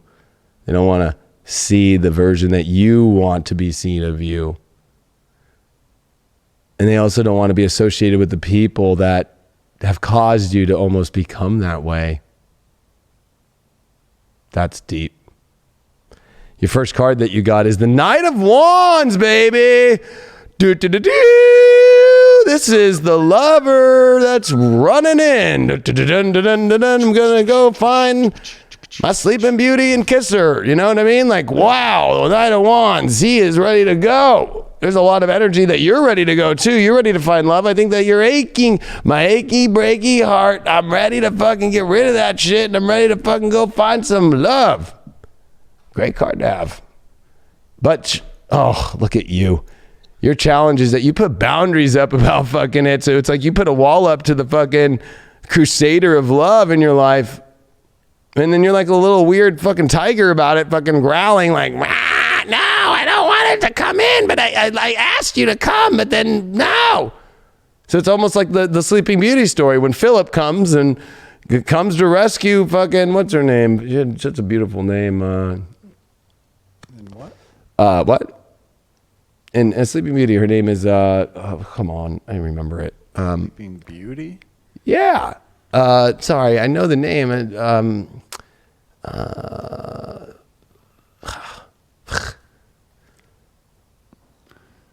Princess Aurora. Aurora, that's what it is, Aurora. So you're Aurora right now who, instead of, you want to be kissed and you want to have it wake you up out of this life that you feel trapped in some fucking castle and some fucking weird sleep. But it's almost like you're allowing the evil fucking maleficent energy, malefic, like, you're letting her just stand in front of Philip. Like, oh, just stay there. That's a challenge, though, that anybody's going to have to get through. But is the challenge, are you ready to just say, I'm over keeping the dragon in front of the fucking great love of my life because I don't really want to be seen this way? It's like the embarrassment and the sensitivities of Pisces. It's like, I don't want to actually be seen fully, but I do really want to be seen fully and I want to have all this stuff. But, there's these little insecurities. And then with the boundaries that you put up, it's like you kind of growl at them or you kind of set them in a way that makes people maybe want to run away. And look at this.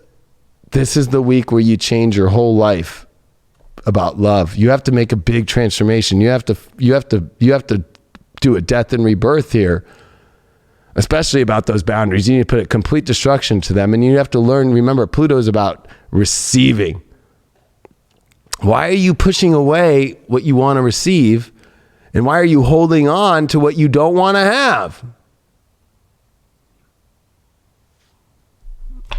The spiritual advice card is you got the Two of Swords on this boundary. It's like you're so confused about the boundaries and what to do. Should I take them down? Should I not take them down? It's like you're creating a mental storm, which is actually the boundary lines of an electric weird fence around love and transformation and receiving. It's like you don't want to receive for some reason. But you do. But it's like you're too afraid to get over the minor hump that's tiny in your head about, well, let me just pick the shittier choice. That's easier. No, it's not, because then you just keep sitting in that shitty choice and you keep coming back to the same fucking chalkboard to write down the same fucking thing where you get to where it's like you got the answer, but it's like, gosh, do I have to actually do it? Yeah. If you want love, you pulled the King of Pentacles. So you have somebody who's trying to ride into your life that literally has everything that you've ever wanted and can manifest the things you want in your life. But if you keep pushing it away, are you ever going to fucking get it again? You're never going to get very many opportunities in life when a Knight of Wands is coming in and he was backed by the King of Pentacles, who has all the manifestation and all the value and self-worth in the world. And those are things that you're lacking right now. Pisces, what's up with that? Pluto, why'd you get that? The King of Swords. You need to change because you are too cold in the way that you think that everything needs to go, and you're trying to control everything by your mind. But you can actually get what the things are that you really want in the true mind of achievement and power by making the change and allowing those things to come in and just sitting in the power of, this is what I want and I'm clear on it. Let me just receive it, instead of let me keep fighting it away and blocking it away with my mind. Gosh, you got somebody really powerful that's trying to come into your life. Look at that. And look at what you blocked that with. And what other thing do you block that with? You just keep going into your own tumbleweed of fucking crazy fucking yes or no about those boundaries. And you think that you're the all-powerful knowing one, but obviously you're not, because you're not changing and receiving anything that you really want in your life.